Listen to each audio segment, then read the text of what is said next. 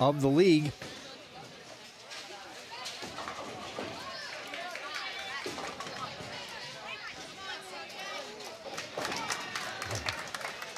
And a strike for the Golden Knights, another one on lane 11 there. Putting together a bit of a run here in game number 2.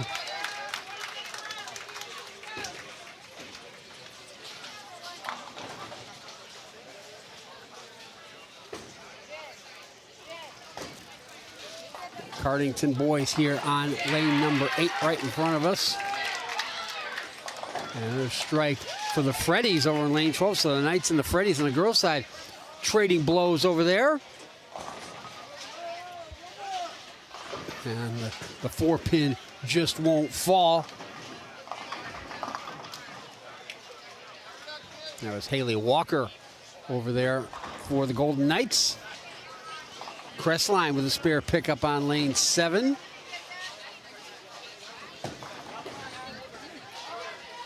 Cardington here on lane 8. They get the strike.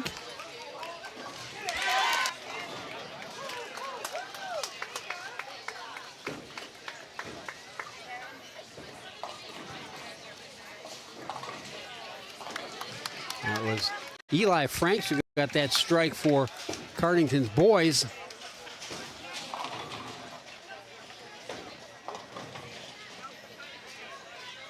Now Gilead girls can't get that 4-pin to fall. Morgan a little high there, gets the 6-7 split. And another strike for Northmor girls.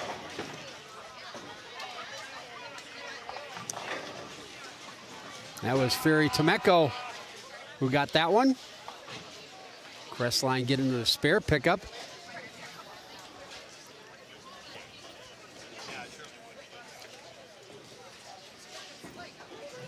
Ricky Morgan with a very difficult 6-7 split here to try to get. He's trying, but can't hold on to that last board. Audrey Hammond misses a little bit. Mount Gilead girls get the 4-6 to 2-6 pickup. Mount Gilead Indians girls on lane 9. They finished next to last in the KMAC, 3 wins in 8 matches. Oh, they had Larissa Coleman second in the league in average at 172.7. She'll have to be a big performer for the Indians today in this tournament. Hammond picks up the 3-pin spare for the Knights on lane 11. This is what I just made. We're overlaying it, so we at least have the boys right now labeled on. So we've got, again, we apologize for the video issues we're having. We're trying to, Adam's working all his technical magic to get this back up and running.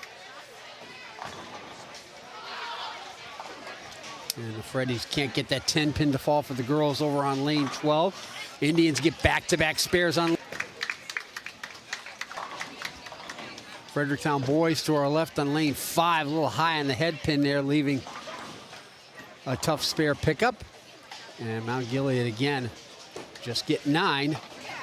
Their boys get the spare pickup on lane 6 though.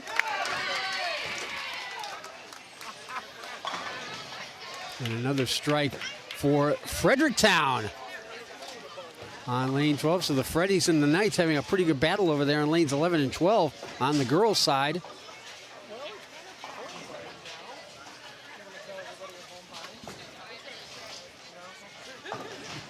Into frames 5 and 6 here in game number 2, midway point. Northmor girls, late break, a little bit high on the head pin, but leaves 1. That was Lexi Ferguson.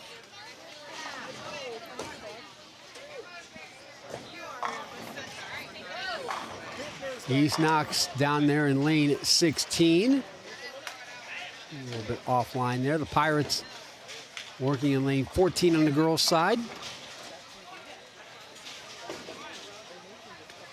Centerburg girls here on lane 9 looking for a spare pickup, and she gets that while the Freddies girls get another strike. Trying to match this Northmor Golden Knights team where they're sharing lanes 11 and 12 with. They get the spare pickup. Lexi Ferguson for the Golden Knights.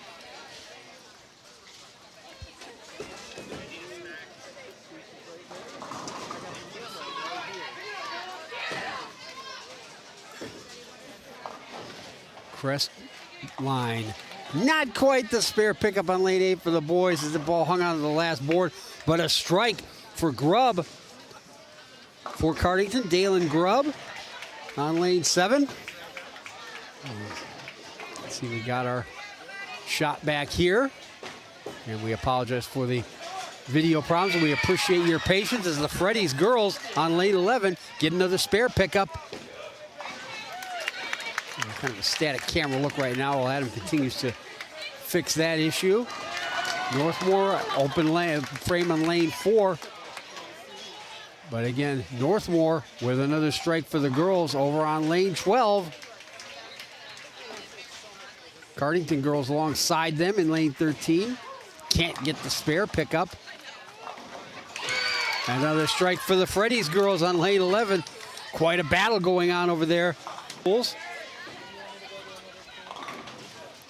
Crestline, that last pin, they finally got it to drop. The 4-pin fell late and finally took out the 7.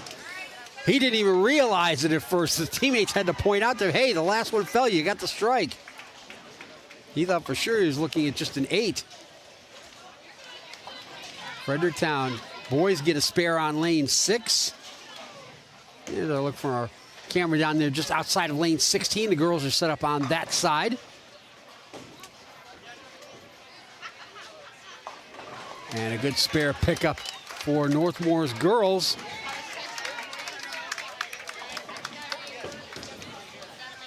That was Sarah Ambrose for the Golden Knights.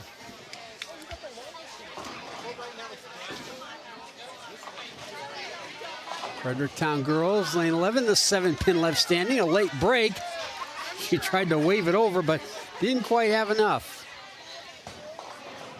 Northmor leave the opposite side, the 10-pin standing by way of Ferry Tomeko.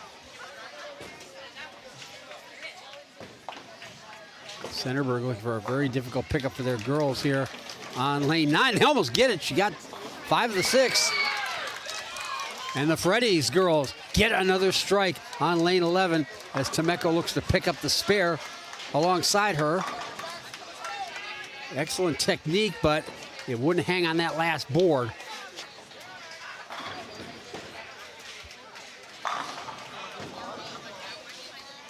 And the Freddy's boys get a strike on lane 6. And Ricky Morgan, a little high, but he got the strike.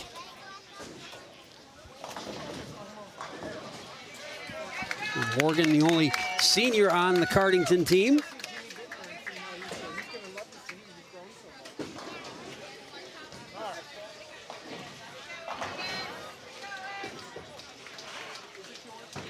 And another strike for the Freddy's boys over on lane 6. A hard throw and a hard late break. And likewise, Mount Gilead alongside them. The two-hander with a late break goes in.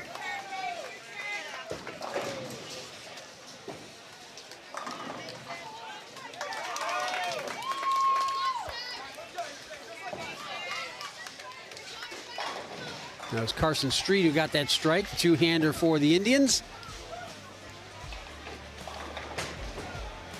Cardington looking for a spare pickup and just missing. It can't hold on to that last board for Newsom. And an unfortunate split for the Northmor girls over on lane 11. 6, 7, 10. And Crestline boys get a strike on lane 7. Late break, and Cardington do the same on lane 8. Dalen Grubb for the Pirates.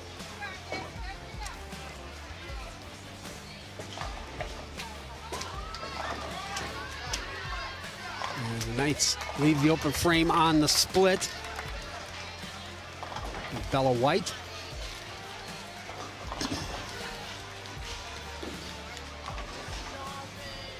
The Knoxmor Athletic Conference Bowling Championships here live and free on OH Reporter as the Trojans girls get a strike.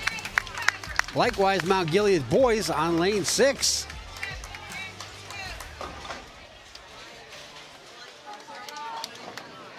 Crestline boys with a difficult spare pickup here, but he gets it. Pirates cannot do likewise alongside them. Northmor's boys come up with a strike.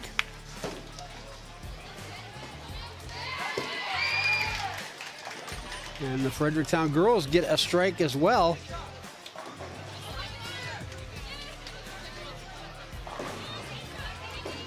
Centerburg's boys can't get that 10 pin to go. Northmor Lady Knights with a spare opportunity, and they get it. Haley Walker with the pickup for the Golden Knights, regular season champions in girls bowling. And unfortunate break, that 7 pin for Mount Gilead and the girls on lane 9 just won't go down. The boys, on the other hand, have the same problem, a little high on the head pin over on lane 6. Crestline, another difficult spare pickup. Heavy break at the end, and he gets it. And a strike for Northmor. Lexi Ferguson again. Ferguson coming up big to help out Audrey Hammond, who now steps up, and Fredericktown girls counter with a strike of their own. They've been going at it pretty well over there on lanes 11 and 12. Hammond a little high, can't get the 10 pin to go down. Cardington girls with a pickup on lane 13. Centerburg also leaving a 10 pin, as did Audrey Hammond of Northmor. Cardington, no, the boys get a little break. Ricky Morgan a little high on the head pin, but he gets the 6-10 down there. Hammond can't get the ball to hang on to the last board and leaves an open frame. Some scores going up here now on some of these boards. Crestline under the strike for the boys on lane 7. Cardington boys leader showing it right now in the 8th frame at a 164.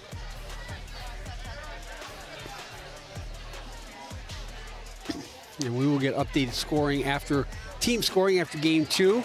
There'll also be award for the top 10 individuals. Mount Gilead with a strike, and Ricky Morgan gets the spare on lane 8 for Cardington.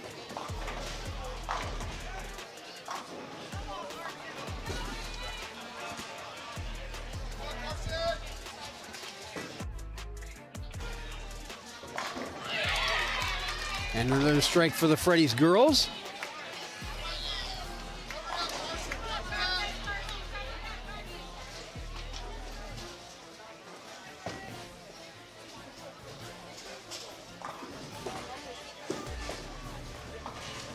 Spare pickup for the Freddies, taking out that 10 pin. Likewise, Carson Street will have a 7 pin to go after. Crestline missing their spare opportunity. Here's Carson Street with the two-hander. Can't get enough break on it. Coming up into the latter stages, going into frame 9 for most of these schools. Centerburg leave the 10 pin over there on lane 3. And there's another strike for the Freddy's girls. But they're playing alongside the best team in the league as Mount Gilead get a spare for the girls on lane 9. But they don't seem intimidated by playing a team that hasn't lost for about 4 years.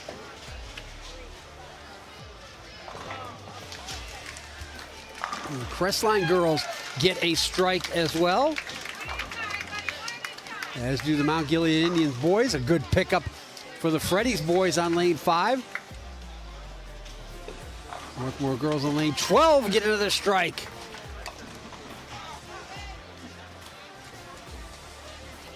It's Levi Harvey. There's another senior, I should say.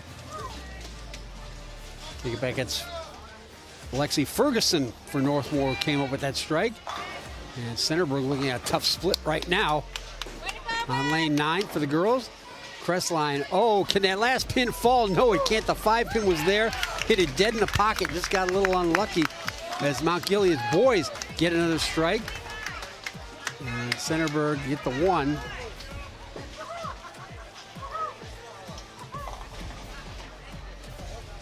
So the 5 pin standing for Crestline's boys.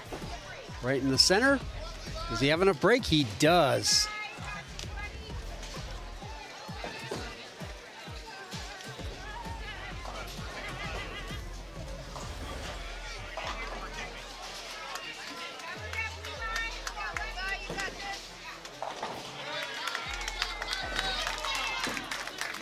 Strike for the Northmor boys. They try to match their girls.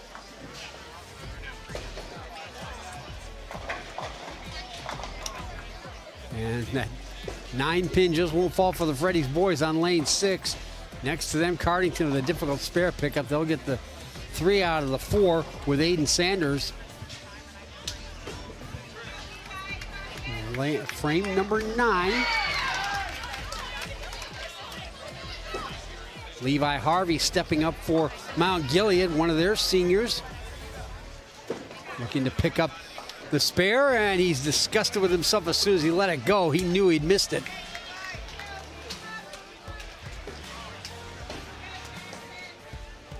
Crestline, get a good spare pickup for the girls over on lane 13.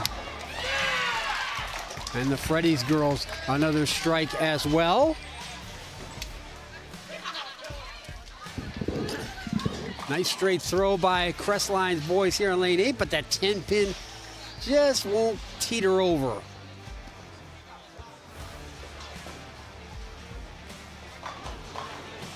Street from Mount Gilead missed the pocket. Northmor boys get another strike. That one coming from AJ Seller. Freddy's do the same on lane 6 for the boys. Fredericktown girls got over to the Brooklyn side, leaving 3. Mount Gilead girls right next to them on lane 10, looking for a tough spare pickup. Not quite there. Ricky Morgan leaves himself with another split on lane 7. Centerburg girls, they get 9, leaving the 4 pin. Freddy's boys get a strike on lane 6. Game 3 lane assignments we'll have for you shortly.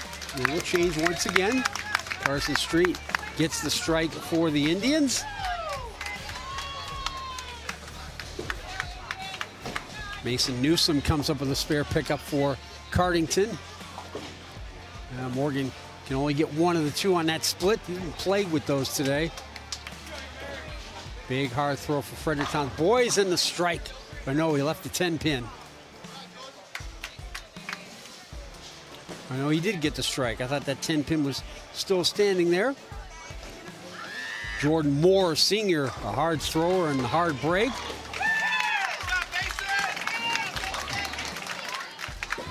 And another strike for Mount Gilead as well. Mason Hupfer comes up with another one.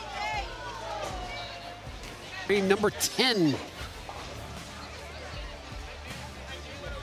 then we'll have the team awards and also another strike for the Indians. CJ Nip. And we'll have awards for the top 10 individuals as well.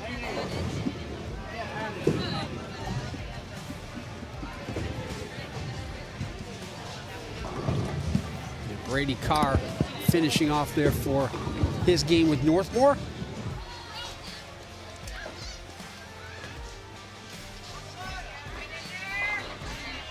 Nip can't get that 3 pin to fall. Her Indians girls counterparts come up with a strike in lane 10 in this 10th frame. And a miniature split for Crestline as the Freddies can't convert their spare opportunity on lane 5. To go back to our camera down at the end where the girls are set up. Nip gets the spare pickup, so he finishes strike spare for the Indians.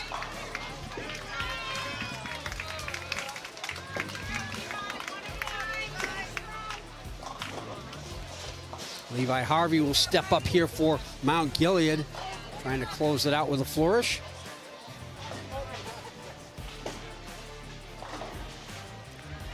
Freddie's girls not getting the spare on lane 11. Oops, and the lights are going out on lane 8 as Newsom steps up to bowl. And Harvey leaves the 10 pin. Nearly a good pickup for the Mount Gilead girls on lane 9. Now the lights are back on.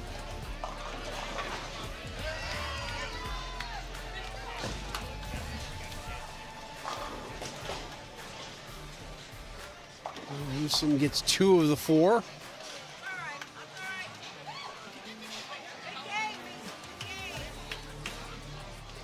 As we wrap up game 2 here at the KMAC Bowling Championships. And a nice pickup there for Levi Harvey of Mount Gilead. And he's trying to finish strong on the boys' side. Hard break at the end, finds the Brooklyn side and leaving the 6 pin was Grubb for Cardington. Grubb looks to finish off game 2 for the Buccos. And that's another strike for Mount Gilead. Jackson Callista, who we talked to earlier.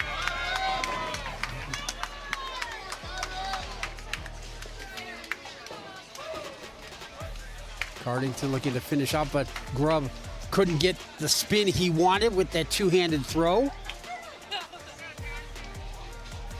Centerburg looking to finish off here on the girls' side. A little offline, but she still got 8. Again, Jackson Callista looking to finish this off. That purple ball to go with his purple uniform. Hit it in the pocket, but not enough turn on it.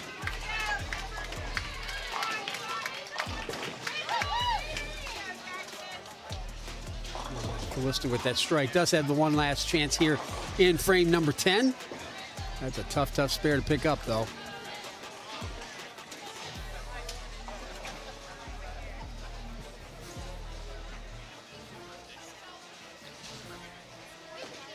Fredericktown, the girls' side, they've been going at it very hard match. It's not a team match, obviously, but they've been going alongside Northmor and been holding their own as Callista misses that one.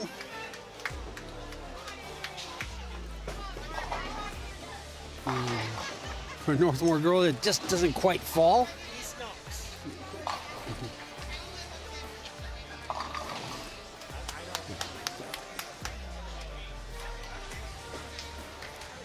Fredericktown looked to finish with a spare. Can't quite get it. That's a tough one to pick up when they're right behind each other. Last chance for the Knights on the girls' side. And she does get it.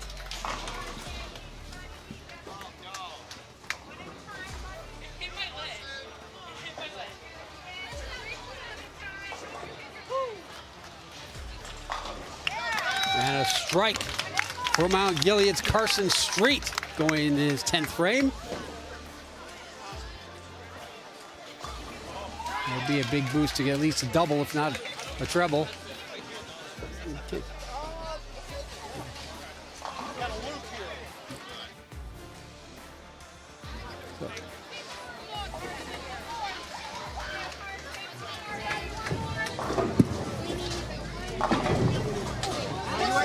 Meanwhile, as we finish up, Luke Benner, one of the seniors for Northmor, joins us. How have you felt about your team's performance so far today in the first 2 games?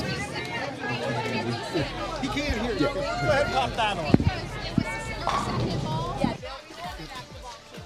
Give me a sec to get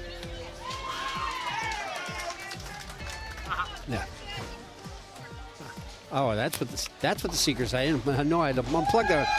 Again, Luke Benner, a senior from Northmor, joining us here now after game 2 at the KMAC Bowling Championships. How satisfied are you with the team's performance so far going to the first 2 games?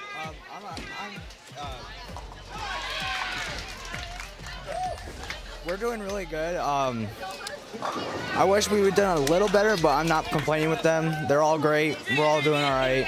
I would prefer to be doing better myself, but we're just a good team.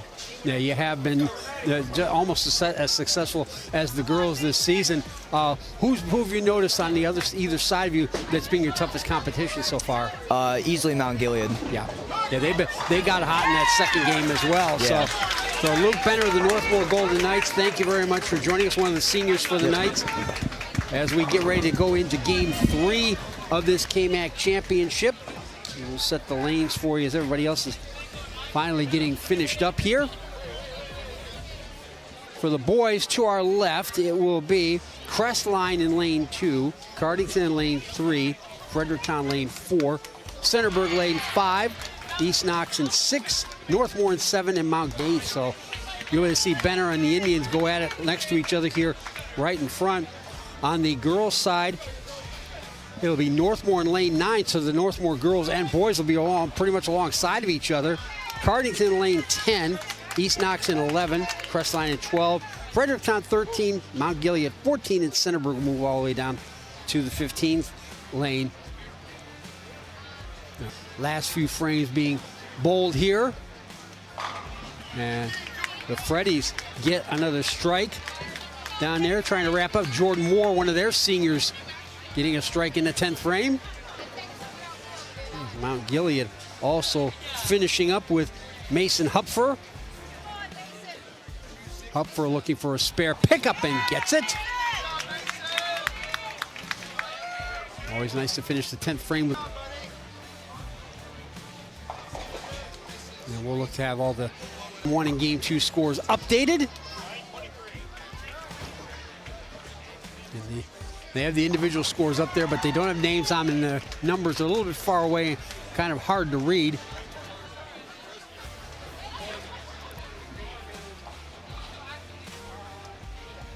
So we will take a break and come back Game 3, and after that the awards will be handed out here at the 9th.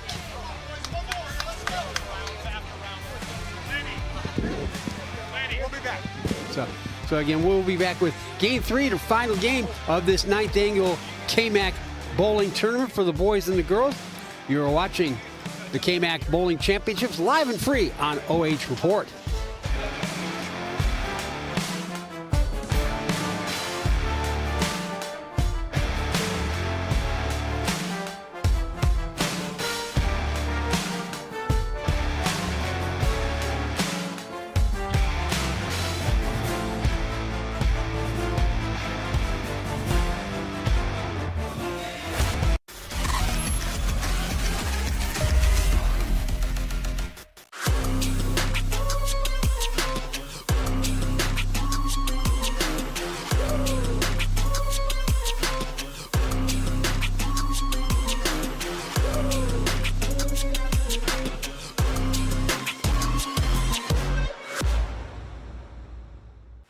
Hi, I'm Joe Baylog.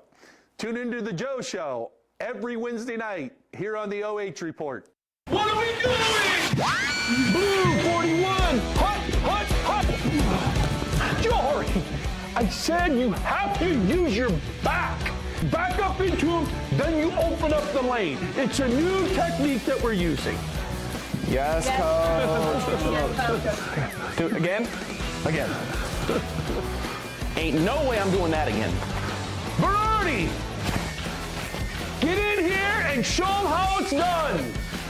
Yes, coach. At Knox Community Hospital, your primary care physician is more than someone who delivers your test results, more than someone who writes prescriptions, more than someone who listens to your heart. We are your healthcare partner who takes the time to know you, listen to your concerns, and provide you with expert personalized care to make and keep you well. Because to us, you're more than just numbers on a chart. You're a neighbor and a friend. Knox Community Hospital, in the community, for the community. We're all here to help each other, work together, and just at the end of the day, all become nurses one day. You picture yourself in a serious situation, it's like everyone knows what they're there to do, everyone's there to help each other. It's just teamwork. As we continue to go on through the program, I think I'm learning more through help with the instructors and the program itself. I feel that they have definitely prepared me on the education side, and I did get to experience some ICU time and ER time, so I do think that that was great as well for my education. Local sports deserve to be done right. We're built for the communities that support the game. This isn't about one season. Every season matters, because every game tells a story, and those stories don't stop at the final buzzer. We're here for every moment, big or small. Watch anytime, anywhere, on your schedule. And it's always free to watch. This is the future of local sports. This is the OH Report.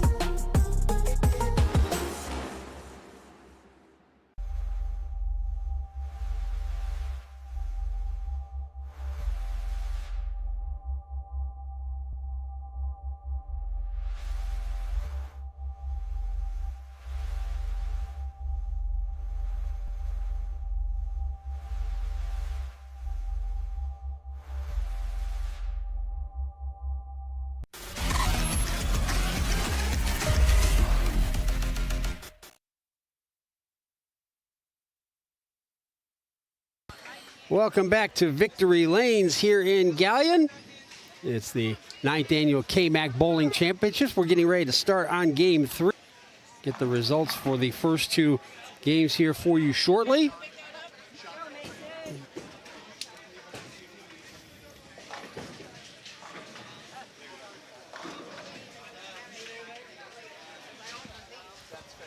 Goes on the girls' side through the first two games. Game one, I should say. It was, for the first two games, East Knox leading the way at 9:43. Northmor at 7:25, so the East Knox Bulldogs really putting on a show here. And we mentioned Northmor haven't lost a league match since the 23-24 season. Cardington at third, 6:68.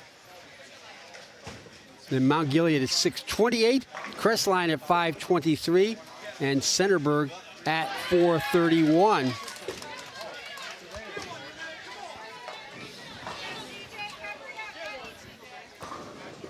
So again, left to right on the boys' side. It's Crestline in 2, Cardington in 3, Fredericktown in 4, Centerburg in 5, East Knox in 6, Northmor in 7, Mount Gilead in 8. And then Northmor will also be in lane 9 for the girls. And Cardington, East Knox, Crestline, Fredericktown, Mount Gilead, and Centerburg.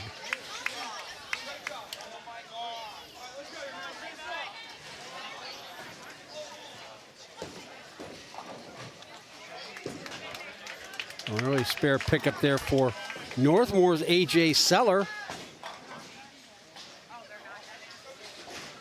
We got the purple teams going at it here. And a quick strike for East Knox from Seamus Lashley. Lashley averaged 172.4 as Fredericktown get a strike. Northmor trying to keep their run going, and they can't quite get it.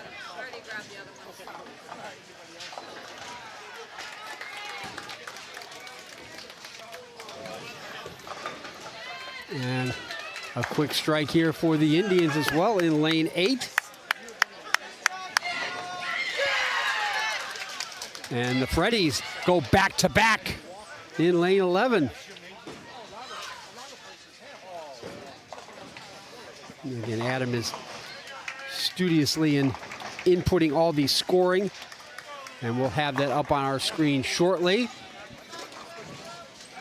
And Carson Street can't get that 10 pin to go down. And a treble for the Freddies to open up game number 3. And Street can't hold on to that last board, but the Indians girls pick up their spare on lane 10.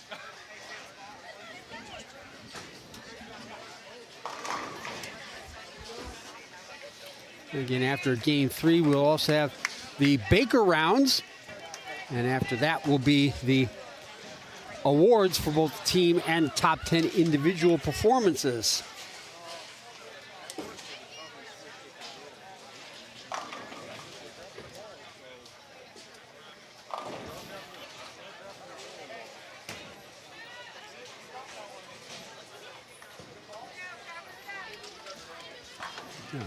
Centerburg get a tough spare pickup over on lane 5. And the nice early strike.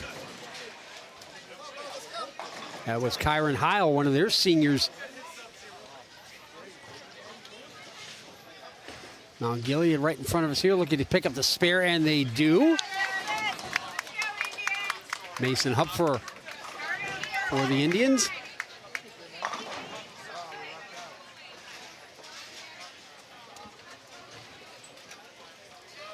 And the girls are still getting a little reorganized here, getting ready for game number 3.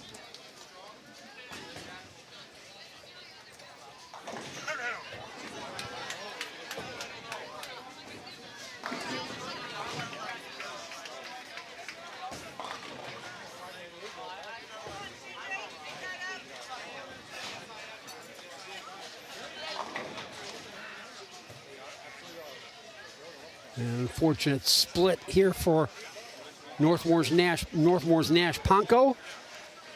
CJ Nip with a 6'10" to pick up next to him in lane 7.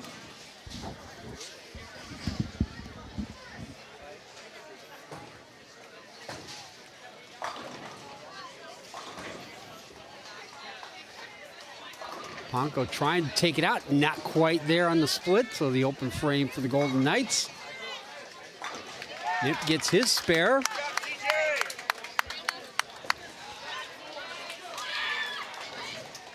As does East Knox over there on lane 5.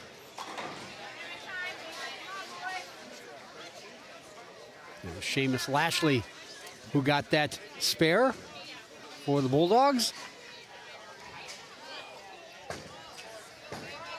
It's all the boys right now. Girls still getting set up. Their game 2 took a little bit longer. And, getting lucky there is A.J. Seller as that 4-pin slid over into the 5 and finally took it out, preventing the 5-7.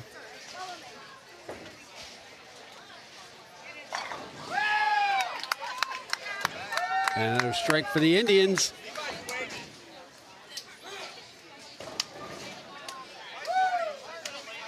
Seller with a much easier spare pickup than he thought he was going to have originally.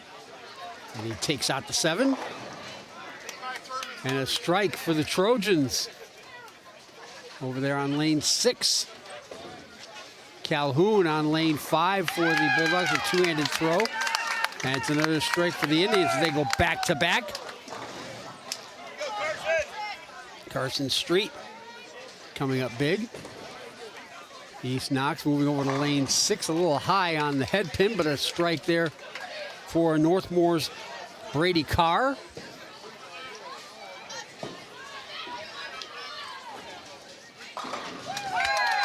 Calhoun can't pick up his spare, but the Indians get another strike.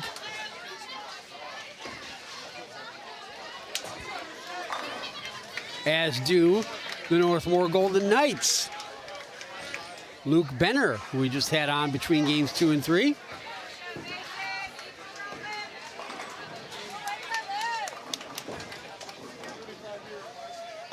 And Clark is able to pick up a difficult spare.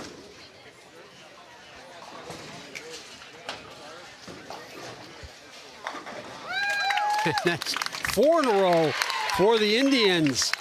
Mason Hupfer coming up big, and then the Knights go back-to-back alongside them. Kyron Heil, one of their seniors. And now the girls have gotten going over here to our right. The Lady Knights alongside their boys' counterparts getting started. Sharing lanes 9 and 10 with Cardington. They pick up the spare.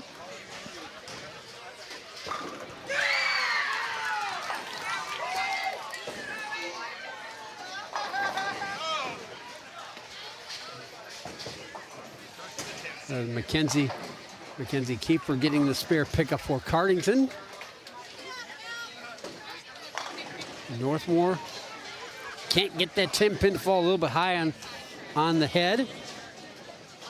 Carson Street, CJ Knipp stepping up for Mount Gilead, and can't hang on to that last board. Spare opportunity for the Northmor Golden Knights on the girls' side, but they miss it as well.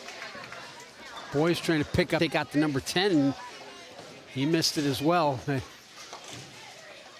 Nash Ponko knew it right away as soon as he let go.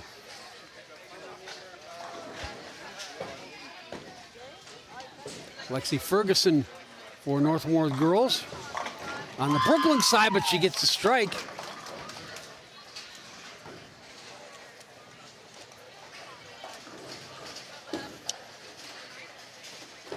Take it back, that's Haley Walker. But they get the Indians get the strike again as well. Levi Harvey for the Indians. And it's back-to-back for the Golden Knights on the girls' side.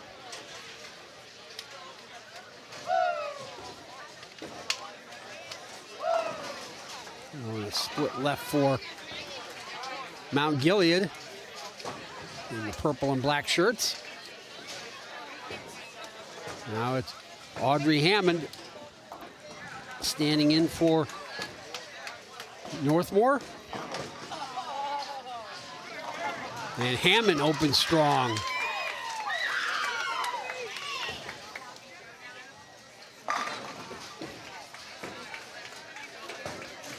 Oh, some hard spin. Didn't quite get that outside of the 2-pin like he wanted.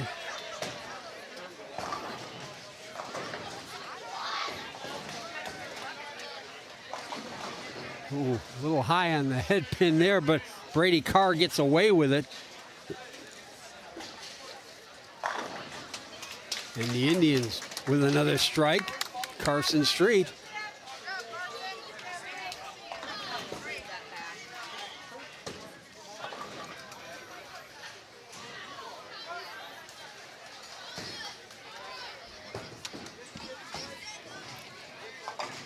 Elena Jones up on lane 10 for Cardington. Has to wait for Crestline to bowl to her right.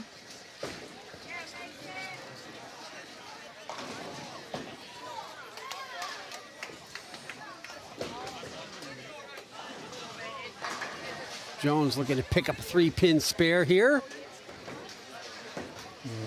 Didn't quite turn it over enough.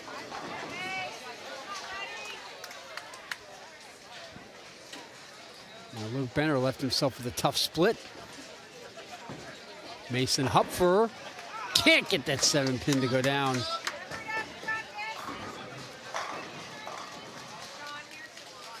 Clark for East Knox, a little too much turnover on that.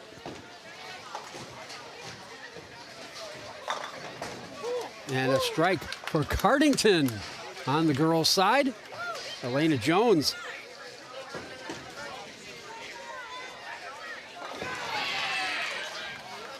Hupfer in lane 8 for Mount Gilead. Gets the spare. Oh, Centerburg, a tough spare pickup with 8 pins and left everything but the 5. Got everything but the 5.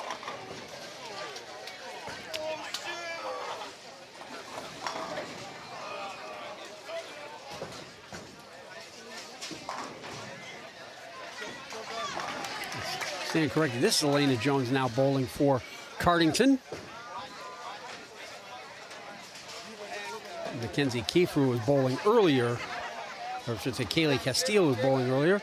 But Jones now with a spare pickup opportunity, but she hooked it left. Kyron Heil for the boys for Northmor gets the spare.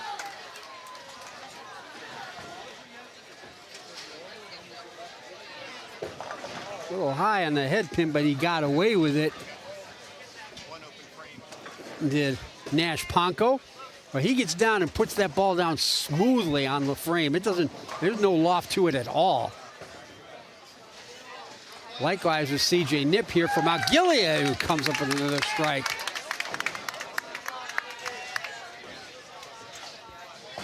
And Ponko gets the spare pickup.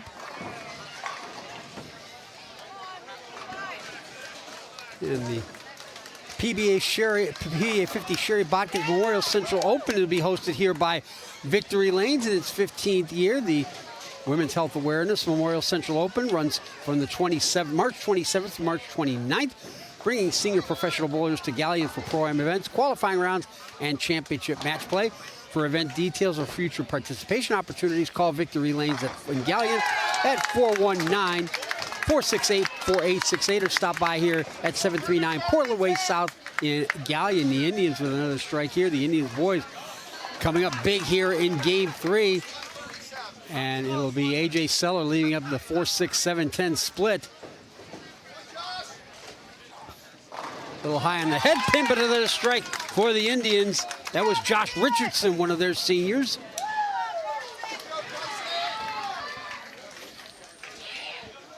Calhoun for East Knox stepping up.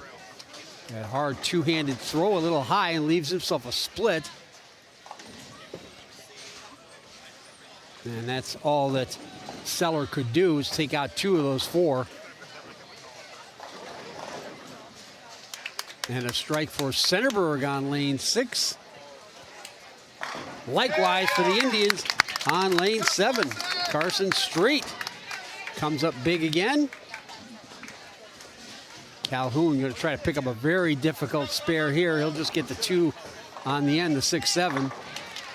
And there's Brady Carr with a strike for the Indians, or for the Knights, for the boys. Girls stepping up here on lane 10 with a split. He gets the 2, and the Indians, Mason Hupfer gets a strike for Mount Gilead.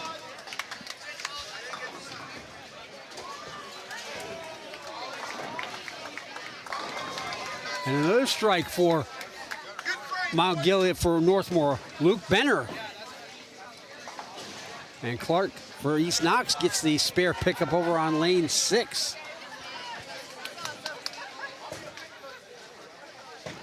Audrey Hammond for Northmor.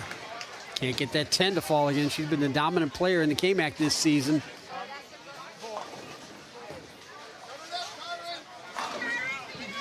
And another strike for East Knox.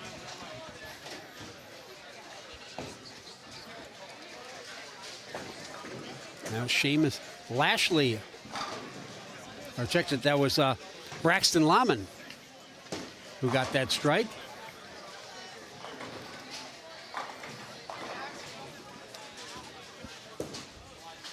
Kyron Heil misses the spare pickup. Audrey Hammond, his classmate at Northmor, looking to get hers, hangs onto the last board and picks it up.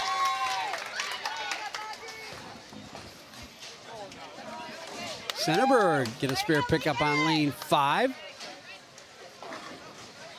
The Knights can't get one on lane 7.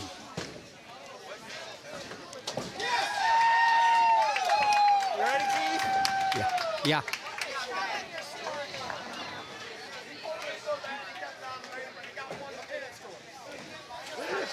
And we now have score updates here as we welcome you back.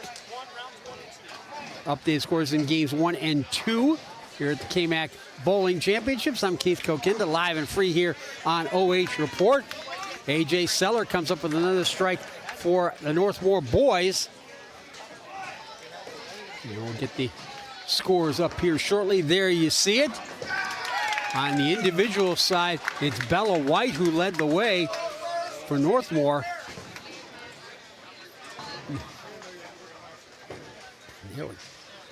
There we see the girls and the boys with Fredericktown leading the way, and it goes Northmor second. So the Freddies, who had that great battle in game 2. Oops, oh, they're not sorted right. Okay, my mistake there. Northmor leading on the girls' side after the first 2 games. And we're in game 3 right here, and then we'll have 6 Baker rounds following that to determine the championship. Brady Carr can't get that split.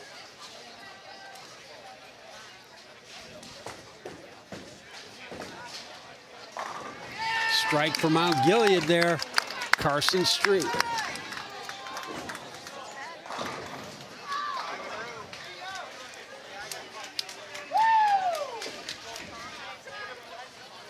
East Knox girls, oh, they leave the 10 pin there. That's Kelsey Jensen for the Bulldogs. And back-to-back for the Indians. Levi Harvey and Carson Street.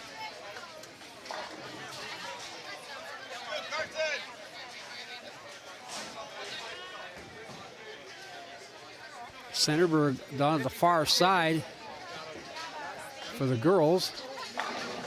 And 3 straight for the Indians. Carson Street coming up big again. East Knox get the spare pickup for the girls. Jensen getting the mark for East Knox. Brooklyn side strike for Kyron Heil of Northmor, one of their seniors.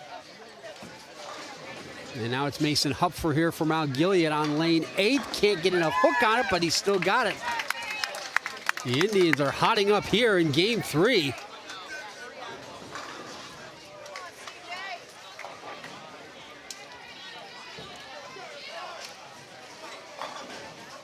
The Mount Gilead boys won the league, and they're showing why. Hupfer was second in the league with a 209.2 average. And CJ Nip with the late fall of the 10 pin gets another strike. That's 4 in a row for Mount Gilead. Harvey was 5th in the league at 187.9. He also had the second highest game behind Blake Calhoun. He threw a 256.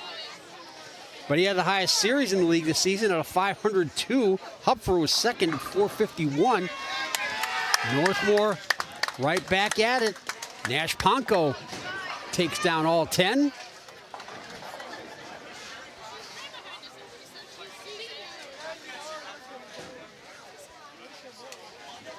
And lane 6 lights are temporarily out, so Centerburg are held up here.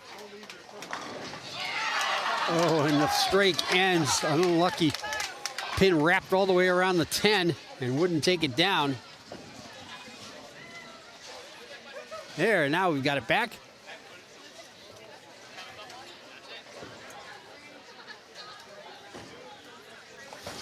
Northmor boys, meanwhile, get a strike with A.J. Seller. Crestline girls on lane 11. A little too much hook on that. She still got 8, though. Indians pick up the spare on lane 7. Now lane 9's lights are out. That happened a couple times. Brady Carr for the Golden Knights. A little heavy on the head pin, but he got a nice bounce off the wall and gets a strike for Northmor.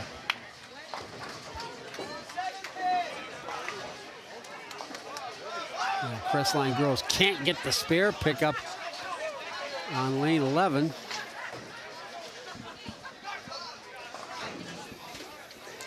East Knox with an opportunity here for a spare with Jasmine Strauss. Check, that was her first throw, excuse me.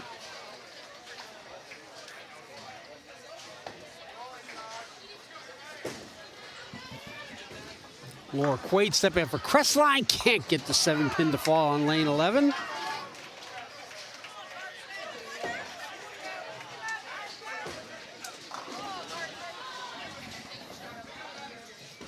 Fredericktown over on lane 3. Heavy hook gets the spare for the Freddies.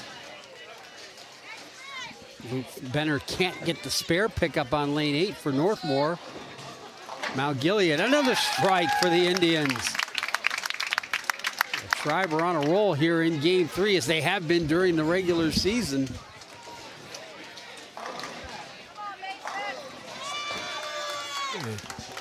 Kyron Heil, the senior for Northmor, counters. No, not the pin setter is stuck on lane 9, so that's going to bottle up Cardington and Northmor a little bit.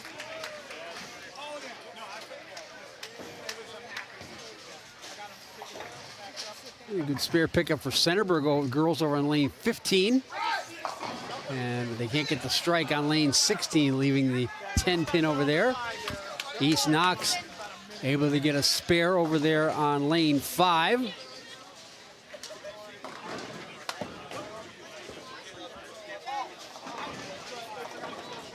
And another strike from Mount Gilead. CJ Nip once again.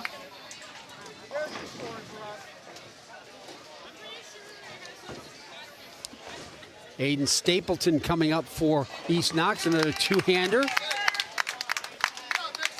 Mason Hupfer also in purple gets a strike on lane 7 for the Indians. They've had a big game 3 here today as we finally now have the team scores, and not surprisingly, Northmor leading on the girls' side, but Fredericktown giving good chase. They played a good game 2. Mount Gilead, again, the league leader in the league champion in the regular season, likewise leading this tournament, as you can see, with Northmor hot on their heels, and they're going at it side by side here in lanes 7 and 8. Jensen for East Knox on the girls' side picks up the 3-pin spare on lane 12. And a strike for the Centerburg boys on lane 6, looking to get off the bottom of the table. Ooh, and an open frame for the Indians. Not something you want to do, give that kind of an opportunity to Northmor.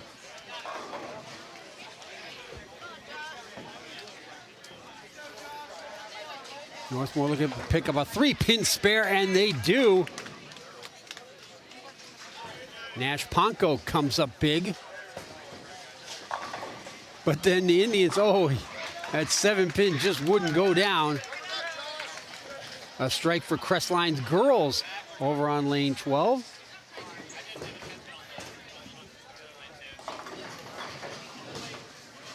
Clark didn't get enough hook on that shot on lane 6.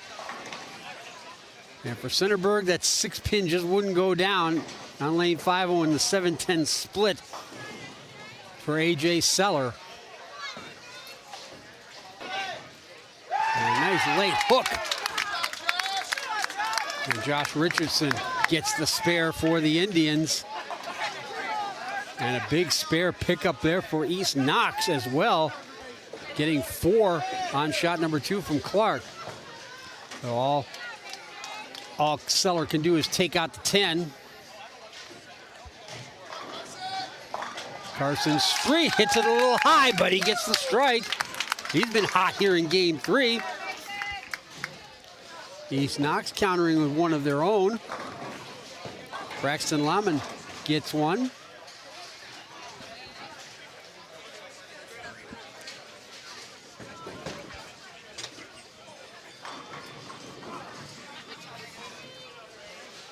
Hayden Wright looking to pick up a spare here, a 3-pin spare on lane 11 for the East Knox girls.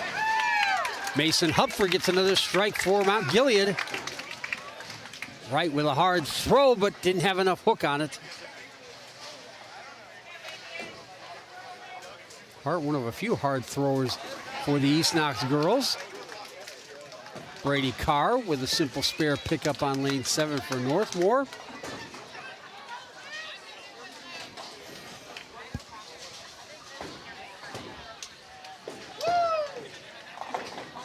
Jensen with a little late hook, not enough late hook though for the Bulldogs girls. Seamus Lashley with a spare pickup for East Knox.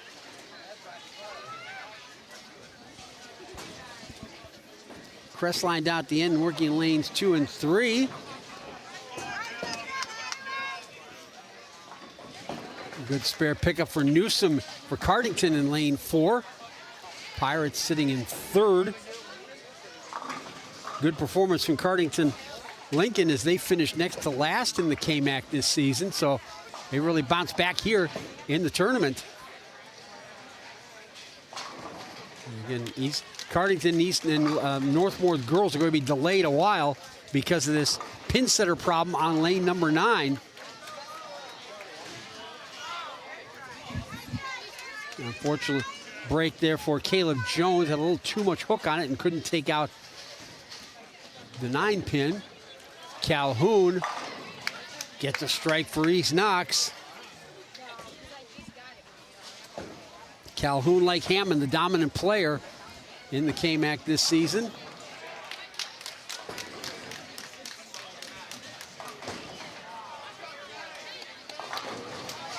Another strike for the Golden Knights. Kyron Heil this time. And we apologize for not being identified all the players, but not all the players have names on their shirts.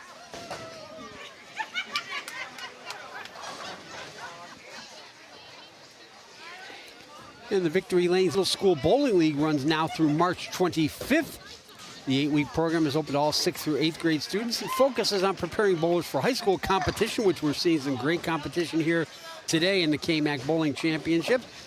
Each session includes 3 games on non-bumper lanes with rental shoes provided, plus equipment guidance and coaching support. Registration details are available by calling Victory Lanes here in Galion at 419-468-4868. I want to thank the people here at Victory Lanes for hosting this tournament and hosting us as well. Did a great job getting us ready, and some nice food back there as well.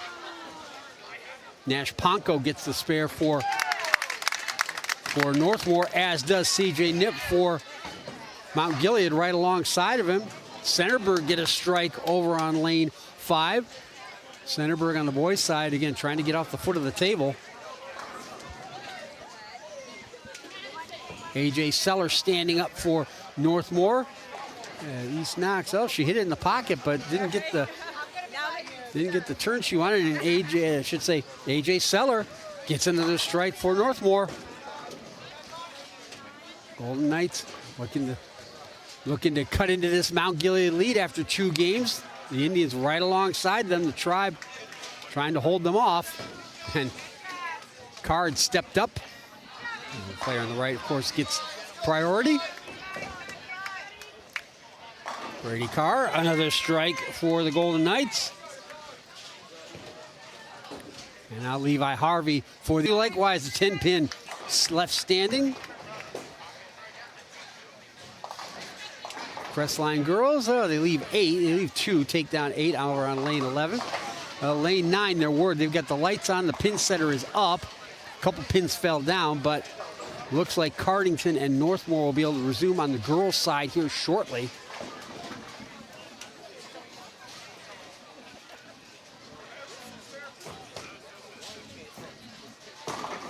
Had a strike for the Trojans of Centerburg on lane 6. Meanwhile, Levi Harvey looking to get his spare, and he does.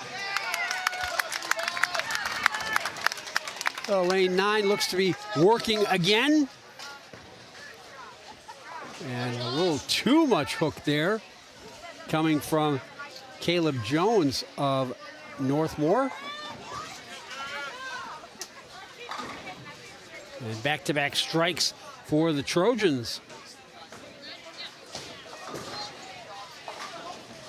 Mount Gilead a little high there. And Josh Richardson facing a little split.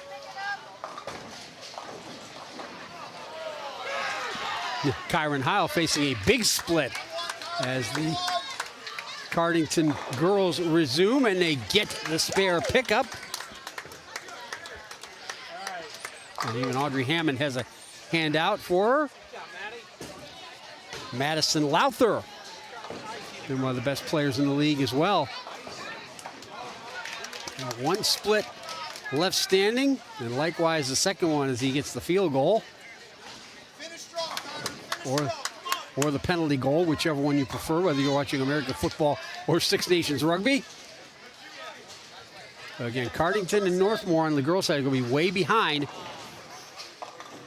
A little bit high, and there's another split for the Buccos. And Mount Gilead get a late falling 4-pin to get the strike. Art by accident, if you will, but it finally fell. Carson Street getting a little luck on his side.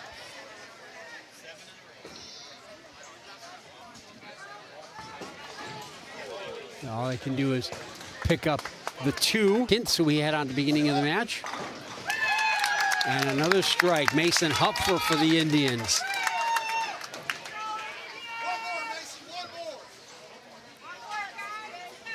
Now CJ Nip will move over to lane 8 and try to keep that run going for the Tribe. They won't do it. A little bit too much hook. Northmor girls back at it. In the pocket, but left a few.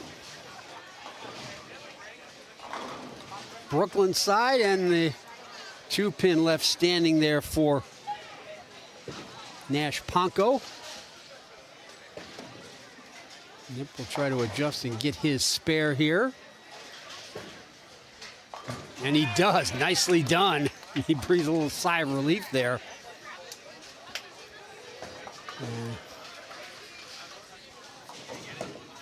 Lexi Ferguson can't get that spare for the Golden Knights. And they're leading comfortably over Fredericktown. Fredericktown sure tried to match them pin for pin in that second game where they were alongside of each other, sharing the two lanes. A little high, but she got by with it. That was Bella White for Northmor.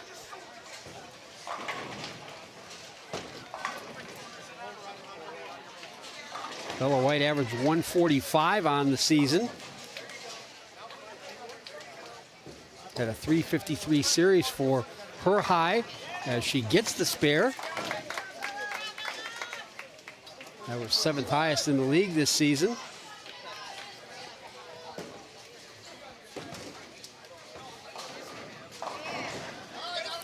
One of 4 Golden Knights were in the top 10 in average on the girls' side.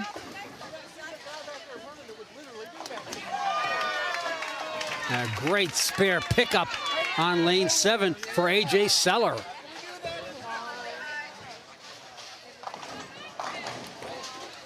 The Mount Gilead strike streak comes to an end, but not the mark streak.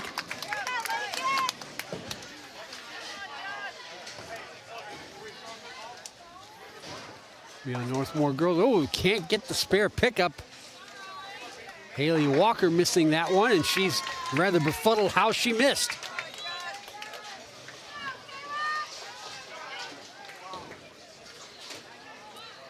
Stapleton misses the spare opportunity for E. Knox.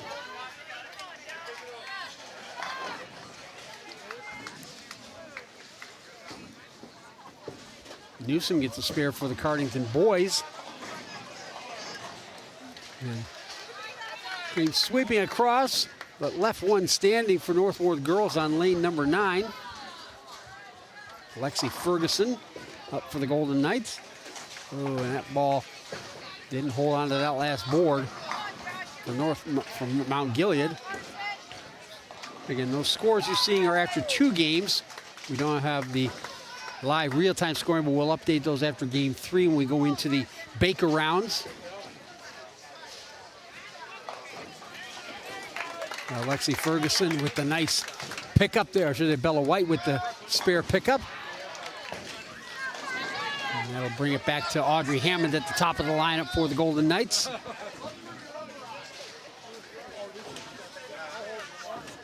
And on the boys' side, oh, avoiding the 7-10 split there was Kyron Heil.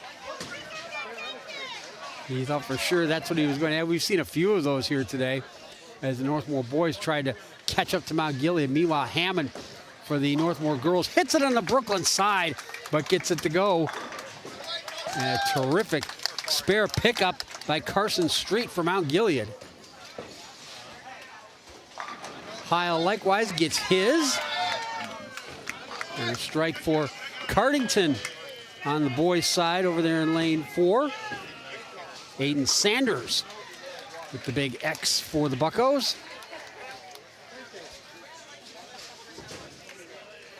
Elena Jones can't get her spare.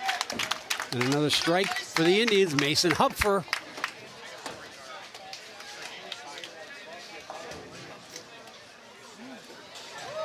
Hupfer right now sitting on a 189. Again, they're near, everybody else is nearing the end. Cardington and Northmor, the girls, they're well behind because of that pin setter problem.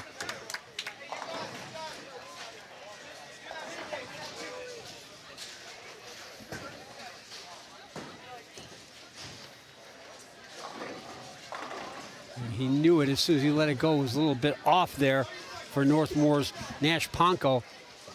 Whose set down he has in a smooth motion. CJ Knipp with a split to deal with. He'll just get the 2, the 6-7.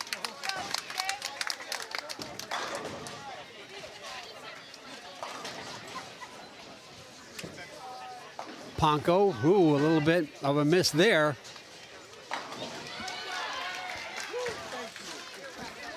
Nice spare pickup for Cardington's girls. Mackenzie Kiefer. The Northmor girls, oh, leaving the 6-pin was Bella White, the left-hander. And Elena Jones will step up for 9 on the girls' side. Oh, not much of a hook, more of a straight line, but she leaves the 5. That ball hitting on the Brooklyn side for Mount Gilead, leaving the 6-pin. Meanwhile, AJ Seller steps up. He holds that low, can't hold that last board.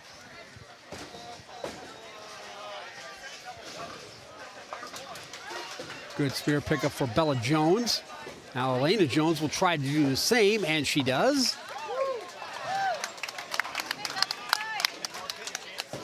Mount Gilead get theirs as well on lane 7. Fredericktown with a big spare pickup for the girls over on lane 14. Centerburg get the strike even though he hit it a little bit high.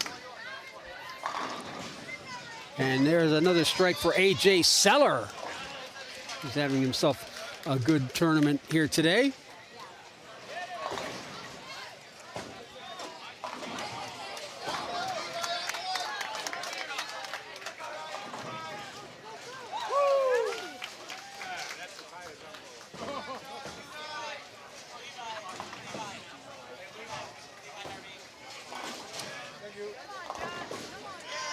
And AJ Seller. And another strike for the Trojans over on lane 6.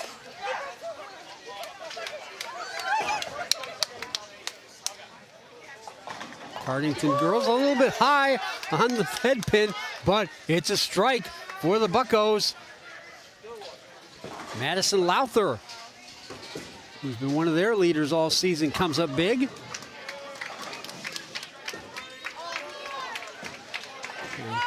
Centerburg go back-to-back marks, a strike and a spare. And there's another strike for the Golden Knights girls.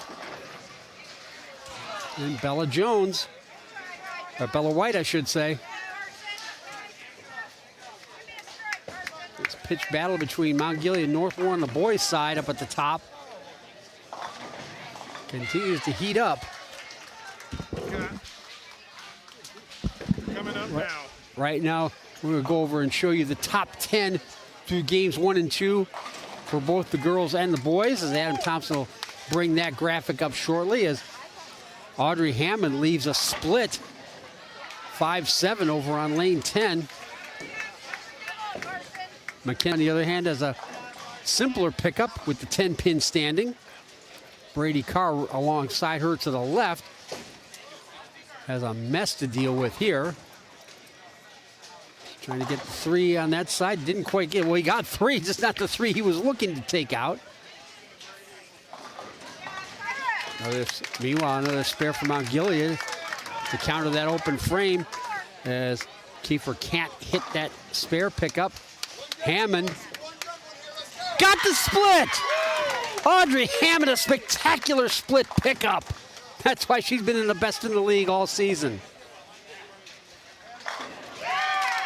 Another strike for the Indians as they look to solidify their hold. And there you see the top bowlers, the top 10 to both sides.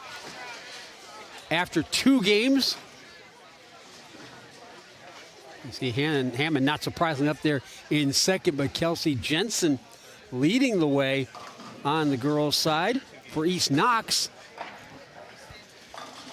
And a good spare pickup there for Caleb Jones of Northmor.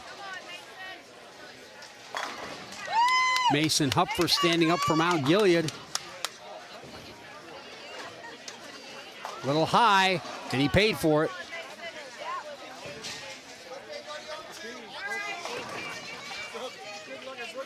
Northmor girls, oh, she can't get the end pin, the pin on the end. That's the 10, Lexi Ferguson. Another open frame. Another mini split here Caleb Jones of Northmor. Let's see if he can do what his classmate Audrey Hammond did a few moments ago. Bella White, the left-hander, a little high. Kind of got by with it. Ooh, bad miss for Mason Hupfer. That battle at the top of the boys' standings between Mount Gilead and Northmor begins to tighten up, maybe giving Fredericktown an opportunity, and they take advantage of it, getting a strike over on lane 4. And the 10-pin just won't go down for Kyron Heil. Got a little high on the head pin. Bella White gets her spare pickup. Nicely done.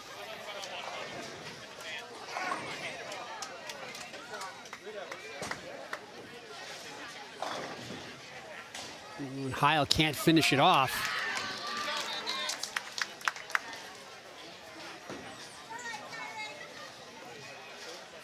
Strauss for East Knox looking to pick up a spare, but hooked it wide, and she knew it as soon as she let go of it. Morgan left the 10-pin for Cardington. Likewise, Kaylee Castile left the 9 and 10. A little high, but she got by with it. Did Haley Walker for Northmor with that hot pink ball. So everybody else is finishing up, except for the Cardington and Northmor girls who got delayed. They're only in frame number 5 as Walker got the spare pickup. Nicely done.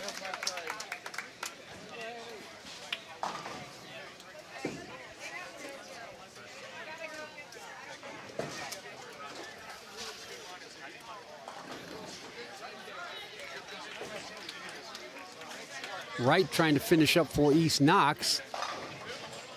A little bit high, another 4-6-7-10 split. We've seen a few of those as she hit a little bit high on the head pin. He was pointing the ball over, trying to get it to hook a little bit more.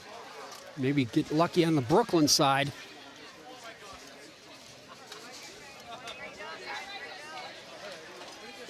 It's a two-team match now, in effect. Now Fredericktown's still bowling on the girls' side. Oh, an unfortunate open frame for Ferry Temeko.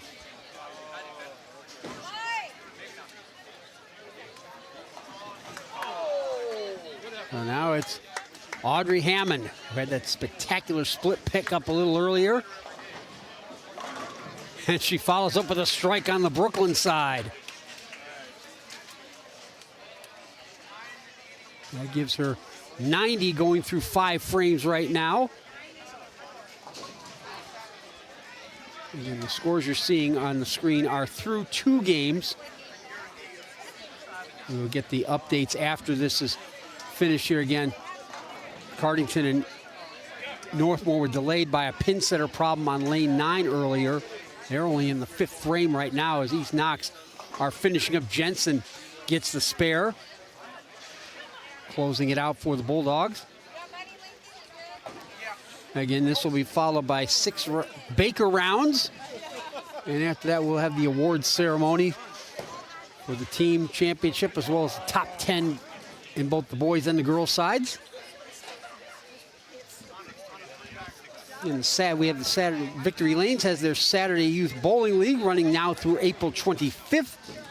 Bowlers can compete in either bumper or stand divisions with weekly games in a season-ending banquet on May 2nd. To register or to learn more, call Victory Lanes at 419-468-4868 or come visit them here at 739 Portland Way South here in Galion. I'm Keith Kokinda. He's Adam Thompson. Been hustling a lot all day, both before and during the tournament, getting all of our equipment ready and going, up and going, and done a terrific job in spite of a few issues we've had. And remember, these matches will be uploaded to both our YouTube channel and Facebook pages for you to watch on demand. It's the 3rd year for us at OH Report to be doing this. OH Report, the future of local sports. And of course, stick with us in February and March for all of our high school basketball tournament coverage, and we'll have a lot of it. Crestline looking to finish with a flourish, and they get the spare pickup on lane 11. Northmor, Lady Golden Knights looking to do the same, and not quite there.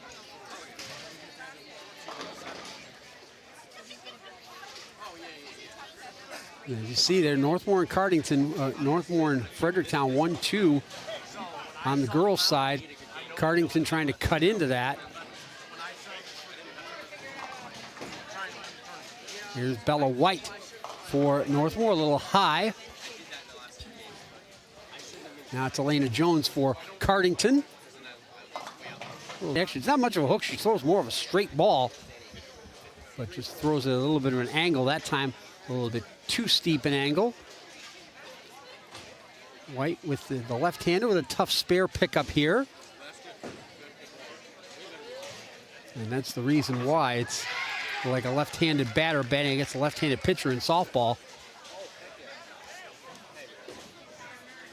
White looks to have it on target. It does.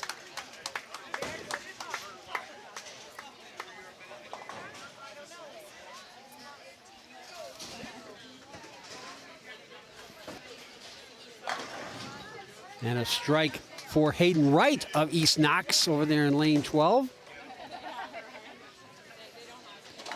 For Cardington, a little bit high, but Kaylee Castile for the Buccos.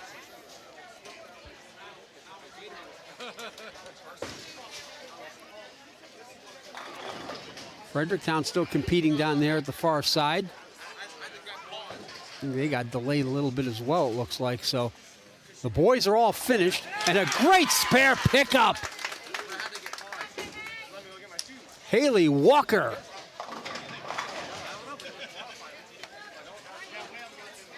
That's 2 in this game for the Golden Knights.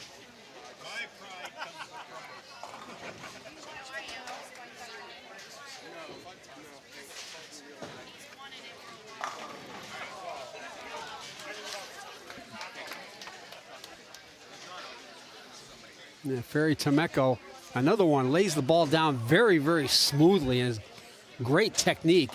And a nice spare pickup there for Madison Lowther of Cardington.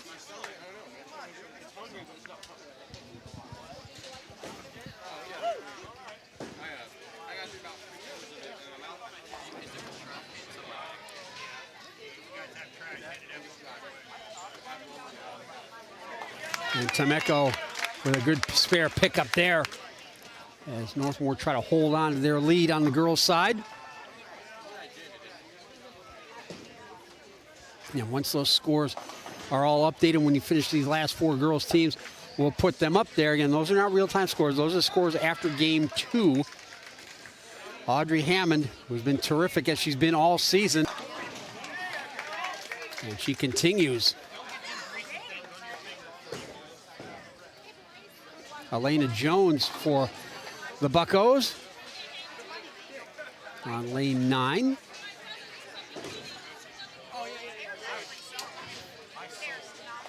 Finds the pocket, but can't get that 4-pin to drop.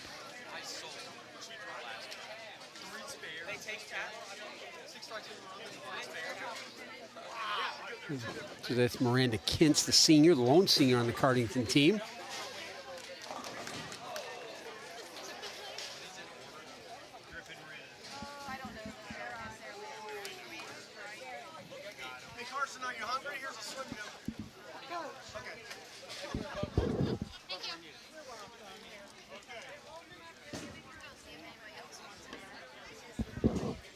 Miranda Kent just barely grazed it, but it was enough to get the spare. Mount Gilead and Crestline finishing up.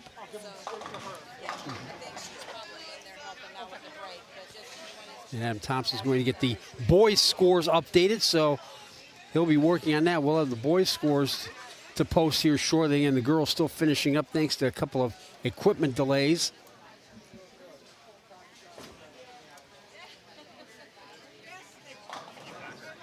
And that'll be a difficult spare pickup. Victory Lanes offers birthday and group party packages all year round. Packages include 2 hours of bowling, shoe rentals, party setups, and optional food service with items like hot dogs, grilled cheese, and soda pitchers. Souvenir bowling pins are also available. For reservations and for more details, call Victory Lanes here in Galion at 419-468-4868.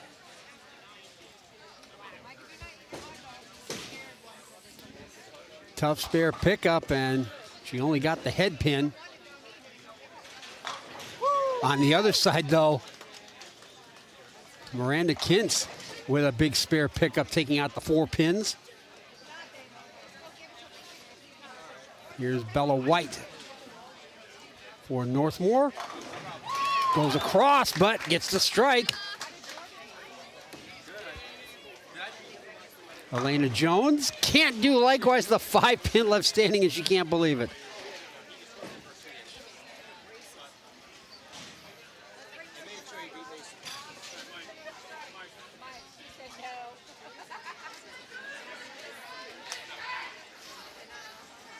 Mount Gilead wrapping things up there over on lane 14.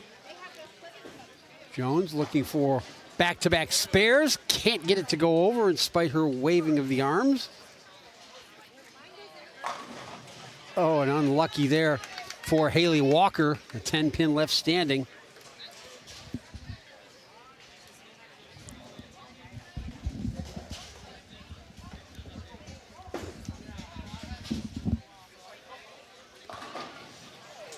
Likewise for Cardington's Mackenzie Kiefer, as Walker can't pick up the spare. Open frame opportunity here. It's Kaylee Castile for Cardington.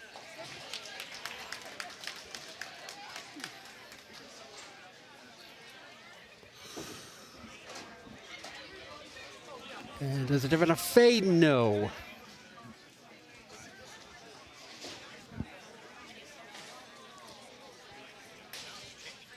And that one got away.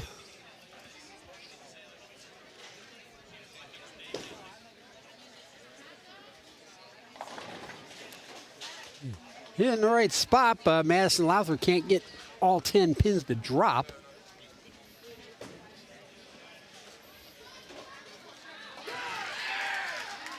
And a strike for the Freddies, looking to move up second after 2 games. And a 10-pin spare. Ferry Tomeko still disgusted with the gutter ball she threw to begin with. But she still gets the mark. And here comes Audrey Hammond once again. Hammond, that one got away from her a little bit as well.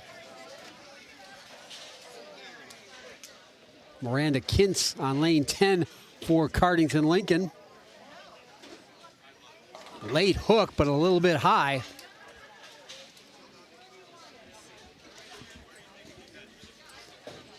Hammond with a difficult spare pickup, but we saw her do it once already, getting that 5-7 split.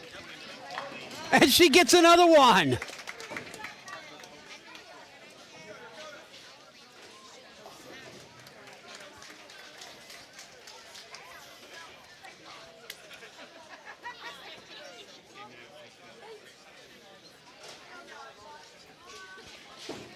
Miranda Kintz looking to get the 3-pin spare, and does so. A little bit of luck there on that 6-pin bouncing off the wall.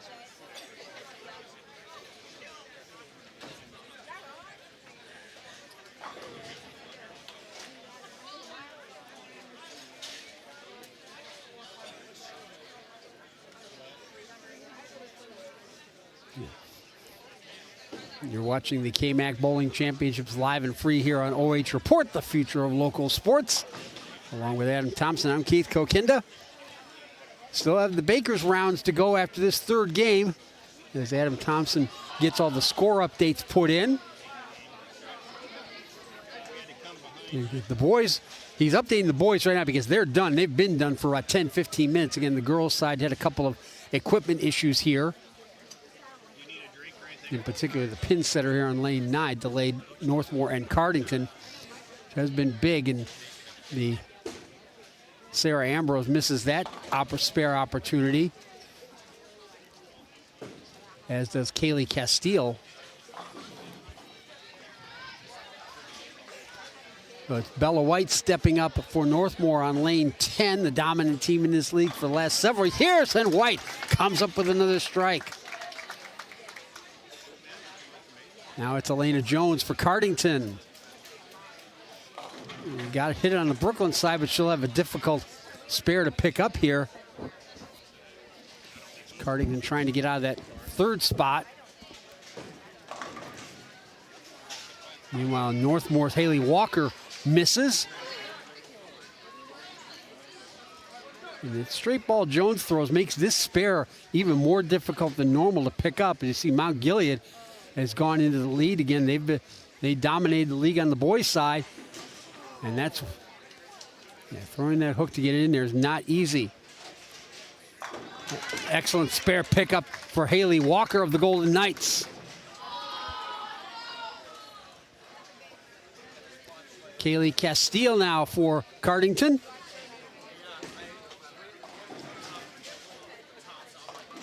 A little high, and for at least the third time today, a 4-6-7-10 split. Nice lay hook at the end and the strike for the Knights. Ferry Tomeko again.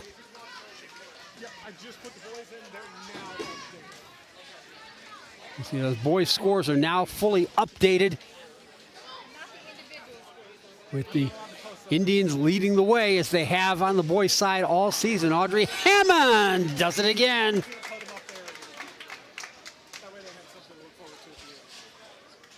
Yeah, we'll have the Bakers round, 6 of them after this.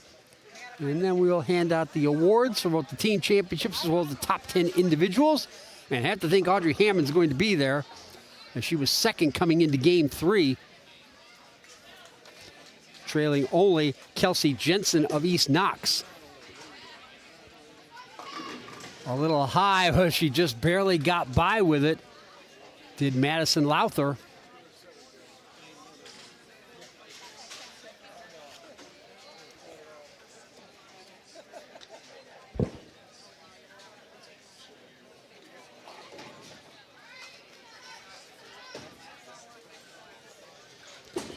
Lowther looking for the split spare pickup, and she gets it.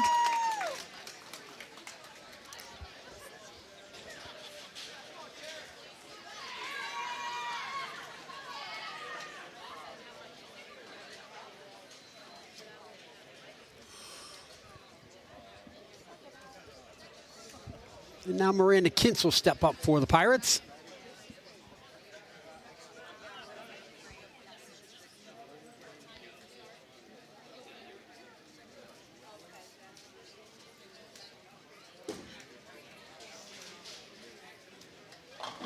Got a late break, but that 10-pin just didn't get the contact from one of those wraparound pins she was hoping for.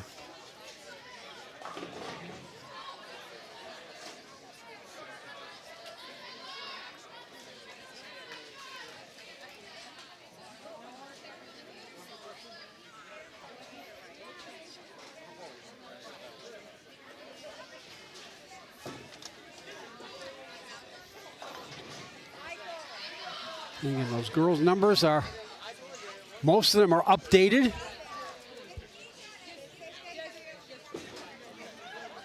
We still have these last 2 teams to go, and Kintz can't finish off the spare.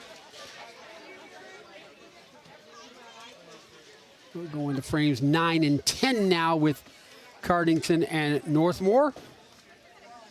The top 2 teams in the league this season on the girls' side is Fredericktown. Get another strike. And they were second after 2 games behind Northmor on the girls' side coming into this game 3. A little bit high, but she managed to get it. And Sarah Ambrose. Meanwhile, Mackenzie Kiefer just has 1 left over on lane 10 for her spare.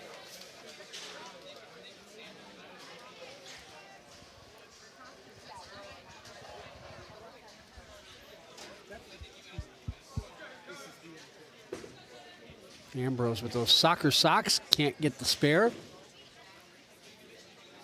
Likewise, Kiefer. So a couple of open frames there.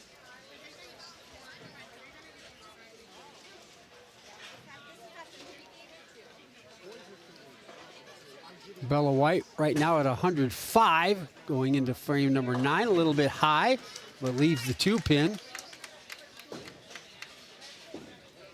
Now Elena Jones, who's at 87.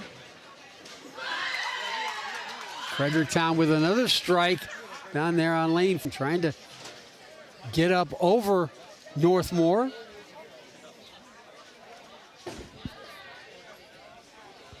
And White with another spare pickup.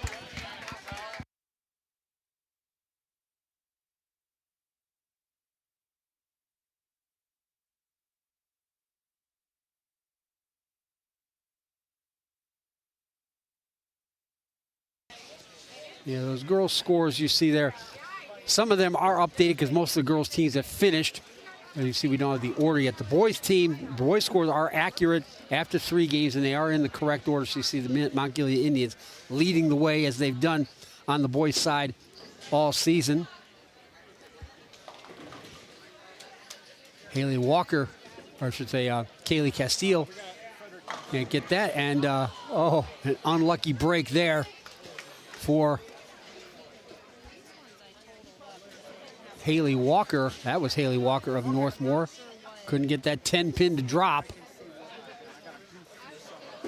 Castile with a tough spare pickup. And she gets it.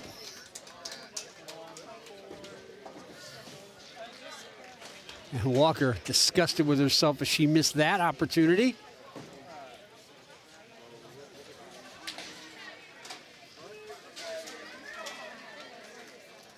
Walker had a high game of 202 this season, the highest series of 390.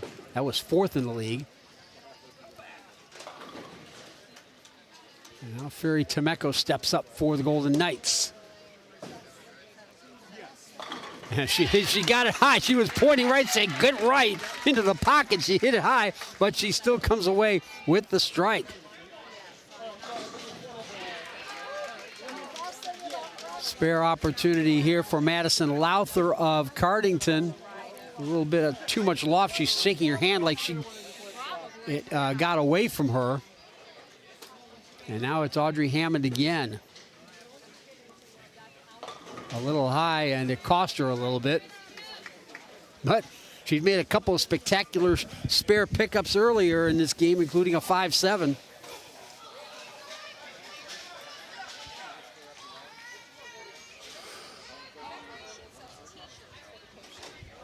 And we will be taking an intermission break here before the Baker rounds begin. As Hammond can't get the spare, rare open frame for the senior, the only senior in the Northmor team. He won 30 straight matches, including 24 straight in the KMAC.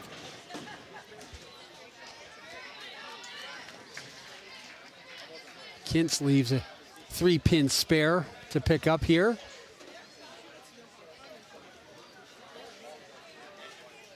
Hammond right now sitting on a 174 with that last open frame. That's through 9.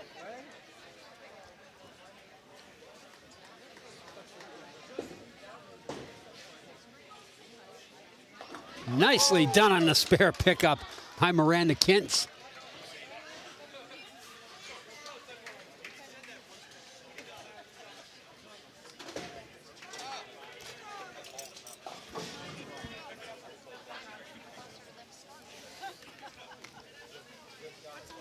In the PBA, Sherry Botkins, actually Victory Lanes is hosting the PBA Sherry Botkins Women's Health Awareness Memorial Central Open, now in its 15th year. This tournament runs March 27th through the 29th, bringing senior professional bowlers to Galion for Pro-Am events, qualifying rounds, and championship match play. For event details or future participation opportunities, call Victory Lane at 419-468-4868 or come out and visit them here at 739 Portland Way South. And Galion Sarah Ambrose opens the 10th frame with a strike for Northmor.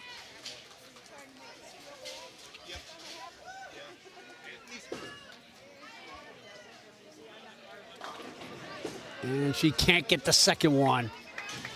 As Mackenzie Kiefer misses her spare opportunity here in the 10th. That'll bring up Elena Jones.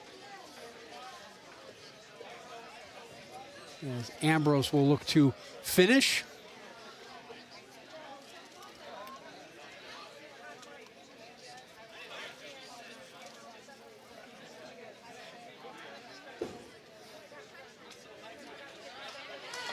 And she finishes strike spare.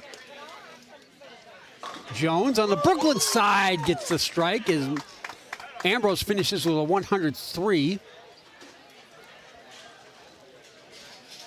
Jones looking at a potential 157 as Bella White makes a strike to open her 10th as well to match Ambrose. Elena Jones, not quite.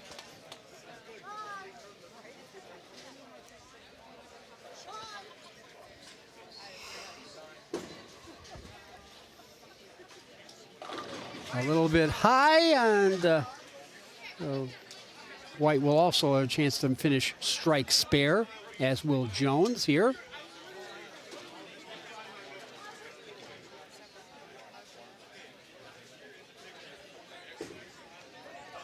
She's a little off balance, maybe threw a little bit too hard. White again for a left-hander, that's a difficult spare. To also finish strike spare. Kaylee Castillo for Cardington, Ferry Temecco for Northmor. Castillo, pretty straight ball, hit a little bit too high, but got by with it. Temecco can't get that 7-pin to go down, and she's mystified as to how that happened. Check out, that's Haley Walker, my mistake. These names on the shirt, the names, schools do have the names on the shirts, are a little hard to read sometimes.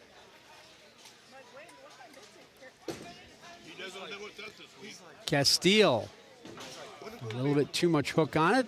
Walker on the other side also leaves it open in the 10th.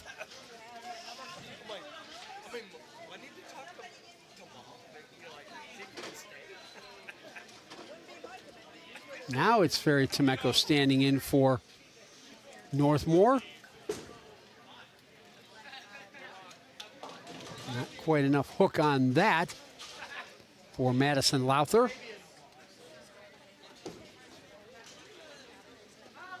Temecco got some late hook and gets it. She was pointing right again like she did the last strike she had.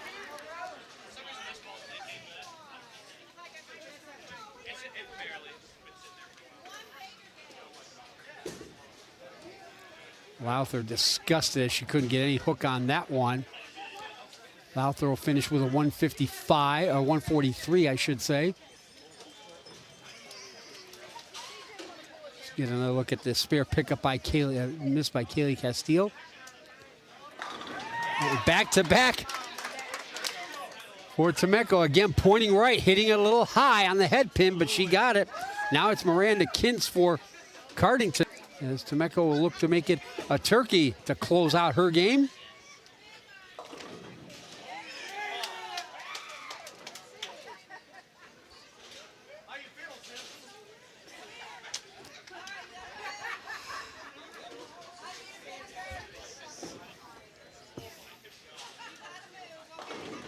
Well, she pointed right again, hit in the same spot, but this time it didn't go for her. Temecco with a late rally there. Now Kintz looking to get the 3-pin spare, and does.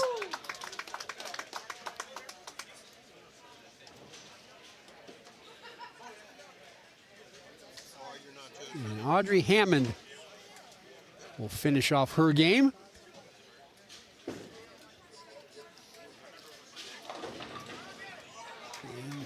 Again, a little high, leaving that 7-pin. And Ferry says, yeah, I know how that feels.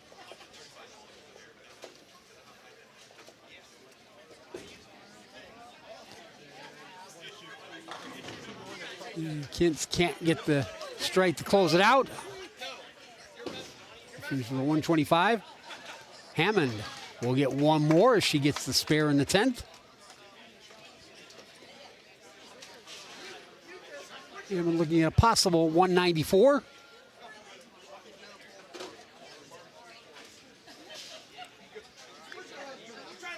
These boys' scores are all updated. You see Mount Gilead leading the way as they have all during the regular season. During our intermission, Adam Thompson will be updating everything on the girls' side now that they are finishing up. And Hammond closes with a flourish.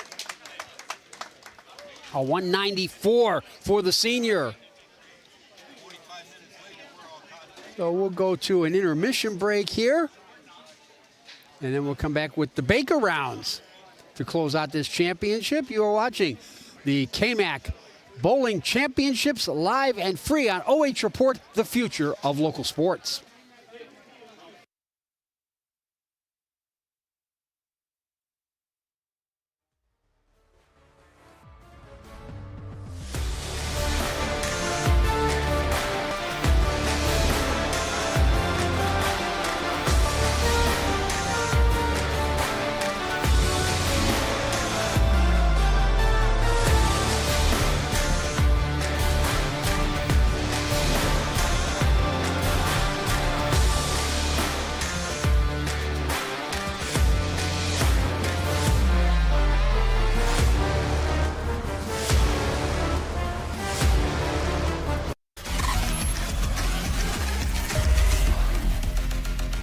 We're all here to help each other, work together, and just at the end of the day, all become nurses one day. If you picture yourself in a serious situation, it's like everyone knows what they're there to do, everyone's there to help each other. It's just teamwork. As we continue to go on through the program, I think I'm learning more through and the program itself. I feel that they have definitely prepared me on the education side, and I did get to experience some ICU time and ER time, so I do think that that was great as well for my education.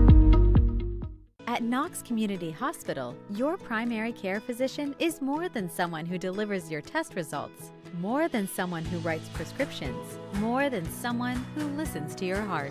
We are your healthcare partner who takes the time to know you, listen to your concerns, and provide you with expert personalized care to make and keep you well. Because to us, you're more than just numbers on a chart.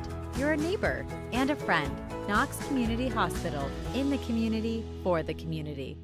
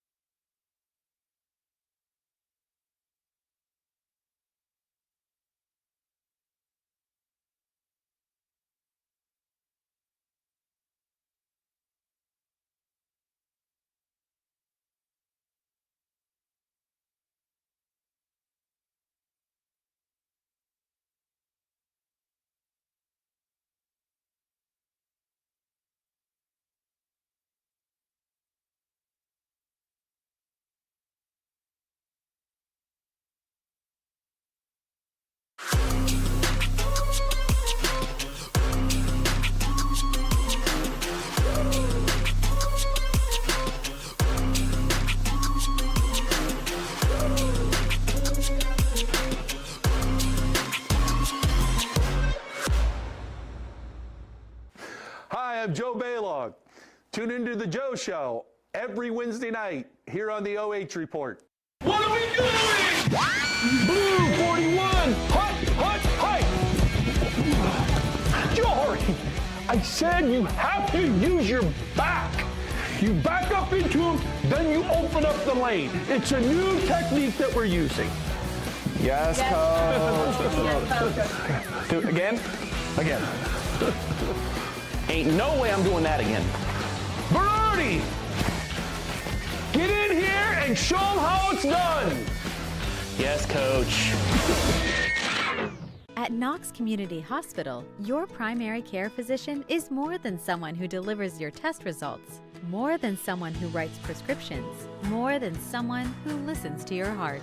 We are your healthcare partner who takes the time to know you, listen to your concerns, and provide you with expert personalized care to make and keep you well. Because to us, you're more than just numbers on a chart.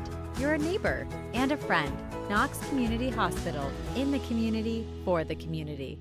We're all here to help each other, work together, and just at the end of the day, all become nurses one day. You picture yourself in a serious situation, it's like everyone knows what they're there to do, everyone's there to help each other. It's just teamwork. As we continue to go on through the program, I think I'm learning more through help with the instructors and the program itself. I feel that they have definitely prepared me on the education side, and I did get to experience some ICU time and ER time, so I do think that that was great as well for my education.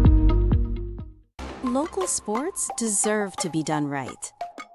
We're built for the communities that support the game. This isn't about one season. Every season matters because every game and those stories don't stop at the final buzzer. We're here for every moment, big or small. Watch anytime, anywhere, on your schedule, always free to watch. This is the future of local sports. This is the OH Report.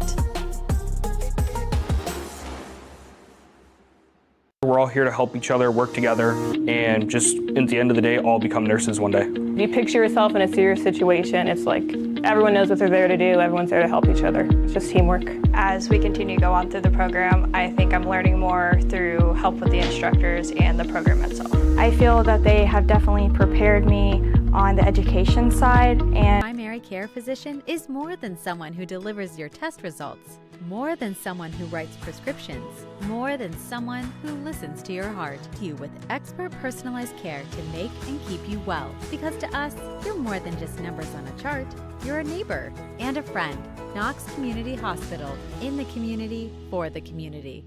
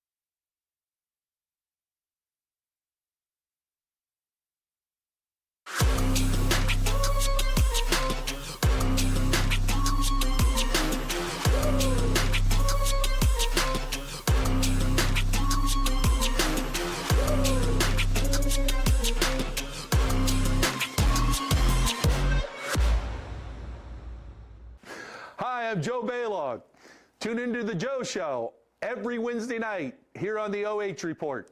What are we doing? Blue 41, hut,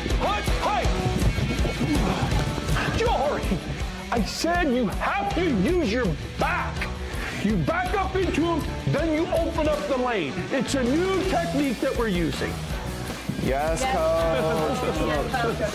Do it again? Again. Ain't no way I'm doing that again. Berardi! Get in here and show them how it's done. Yes, coach. At Knox Community Hospital, your primary care physician is more than someone who delivers your test results, more than someone who writes prescriptions, more than someone who listens to your heart.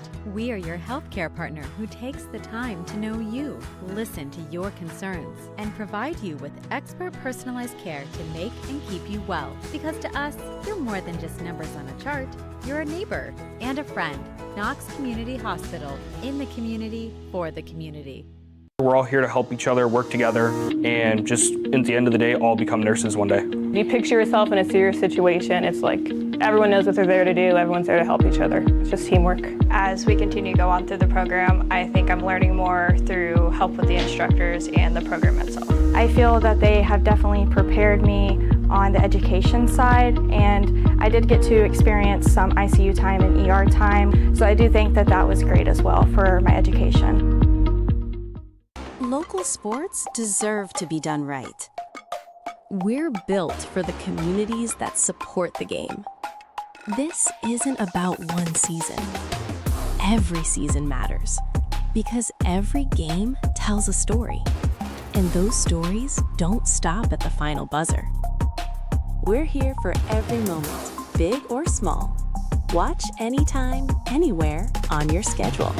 And it's always free to watch. This is the future of local sports. This is the OH Report.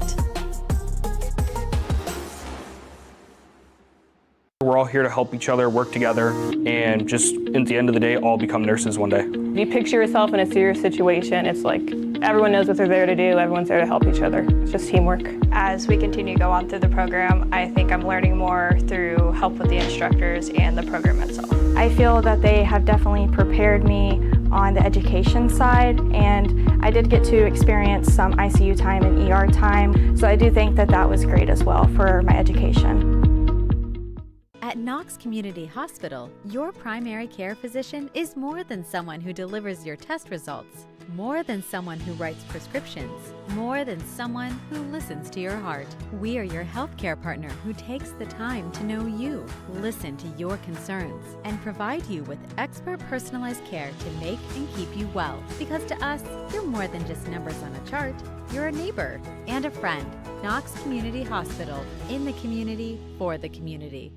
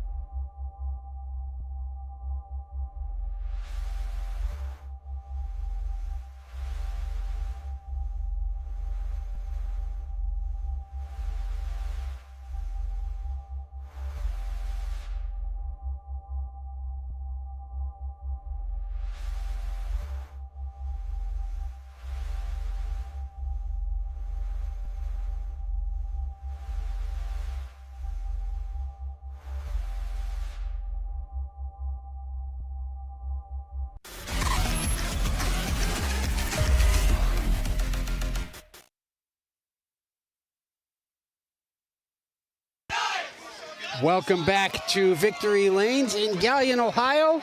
It's the 2026 KMAC Bowling Championships, live and free here on OH Report, the future of local sports. Along with Adam Thompson, I'm Keith Kokinda. In a moment, we'll be getting our video back up. We'll have the team totals as well. They have been updated. That's for the 3 games. Now we go into what are called the Baker rounds. And what it is that, first of all, they'll stay on the same lanes that they were for Game 3, all the teams. And again, that'll be starting on our left, the boys. It'll be lane 2 will be Crestline.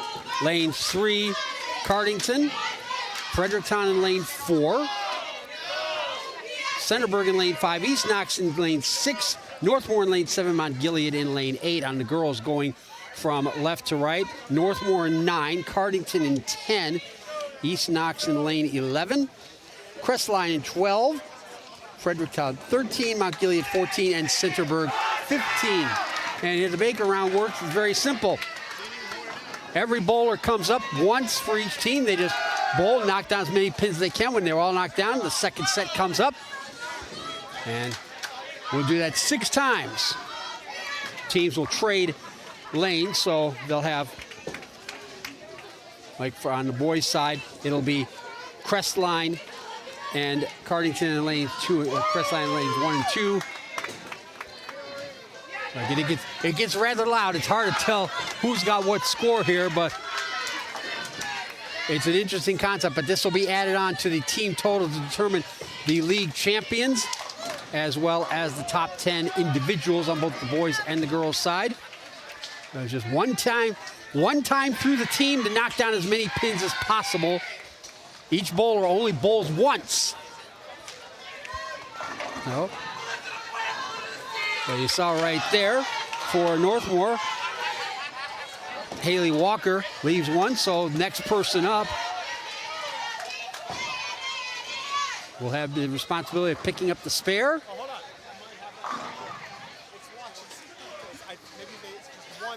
Tickets. She's getting to pick her own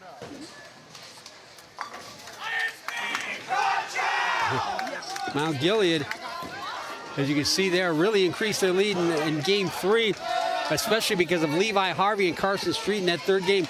Harvey hit 5 straight strikes at one point, and Street had 6, putting the Indians on easy street, if you will. Nice little backup there by Calhoun to pick up his spare for East Knox over on lane 6.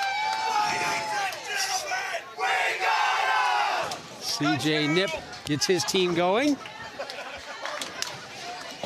as does Brady Carr for Northmor alongside of him.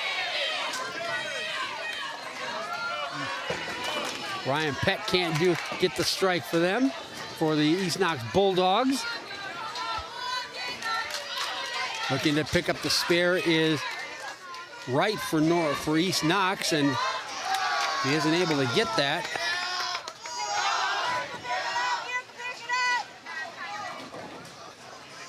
There's Hayden Wright.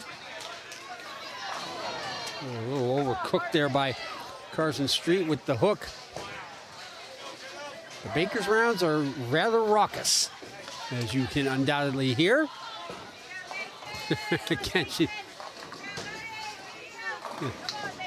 Ferry Temeka winding that ball more to the right, as she did in the 10th frame of Game 3. It worked 3 times for her in that 10th. Mason Hupfer knows he missed that one. Audrey Hammond, a little off balance, hits the Brooklyn side.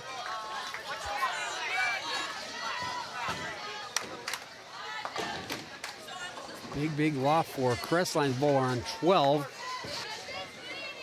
And they'll do this 16-3. Bella White on the Brooklyn Game 3. Bella White on the Brooklyn side. The left-hander gets the strike for the Golden Knights. As does Strauss for East Knox over there on lane 11.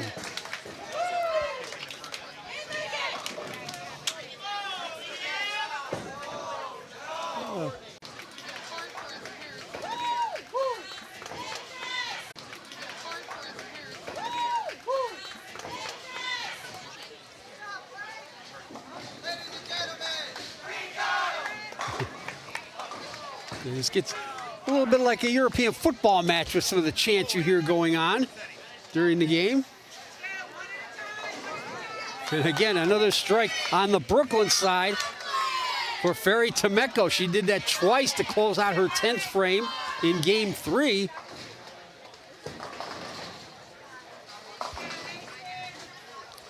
Jensen on lane 11 for the Bulldogs of East Knox picks up her spare. A little bit too much hook on the Brooklyn side, but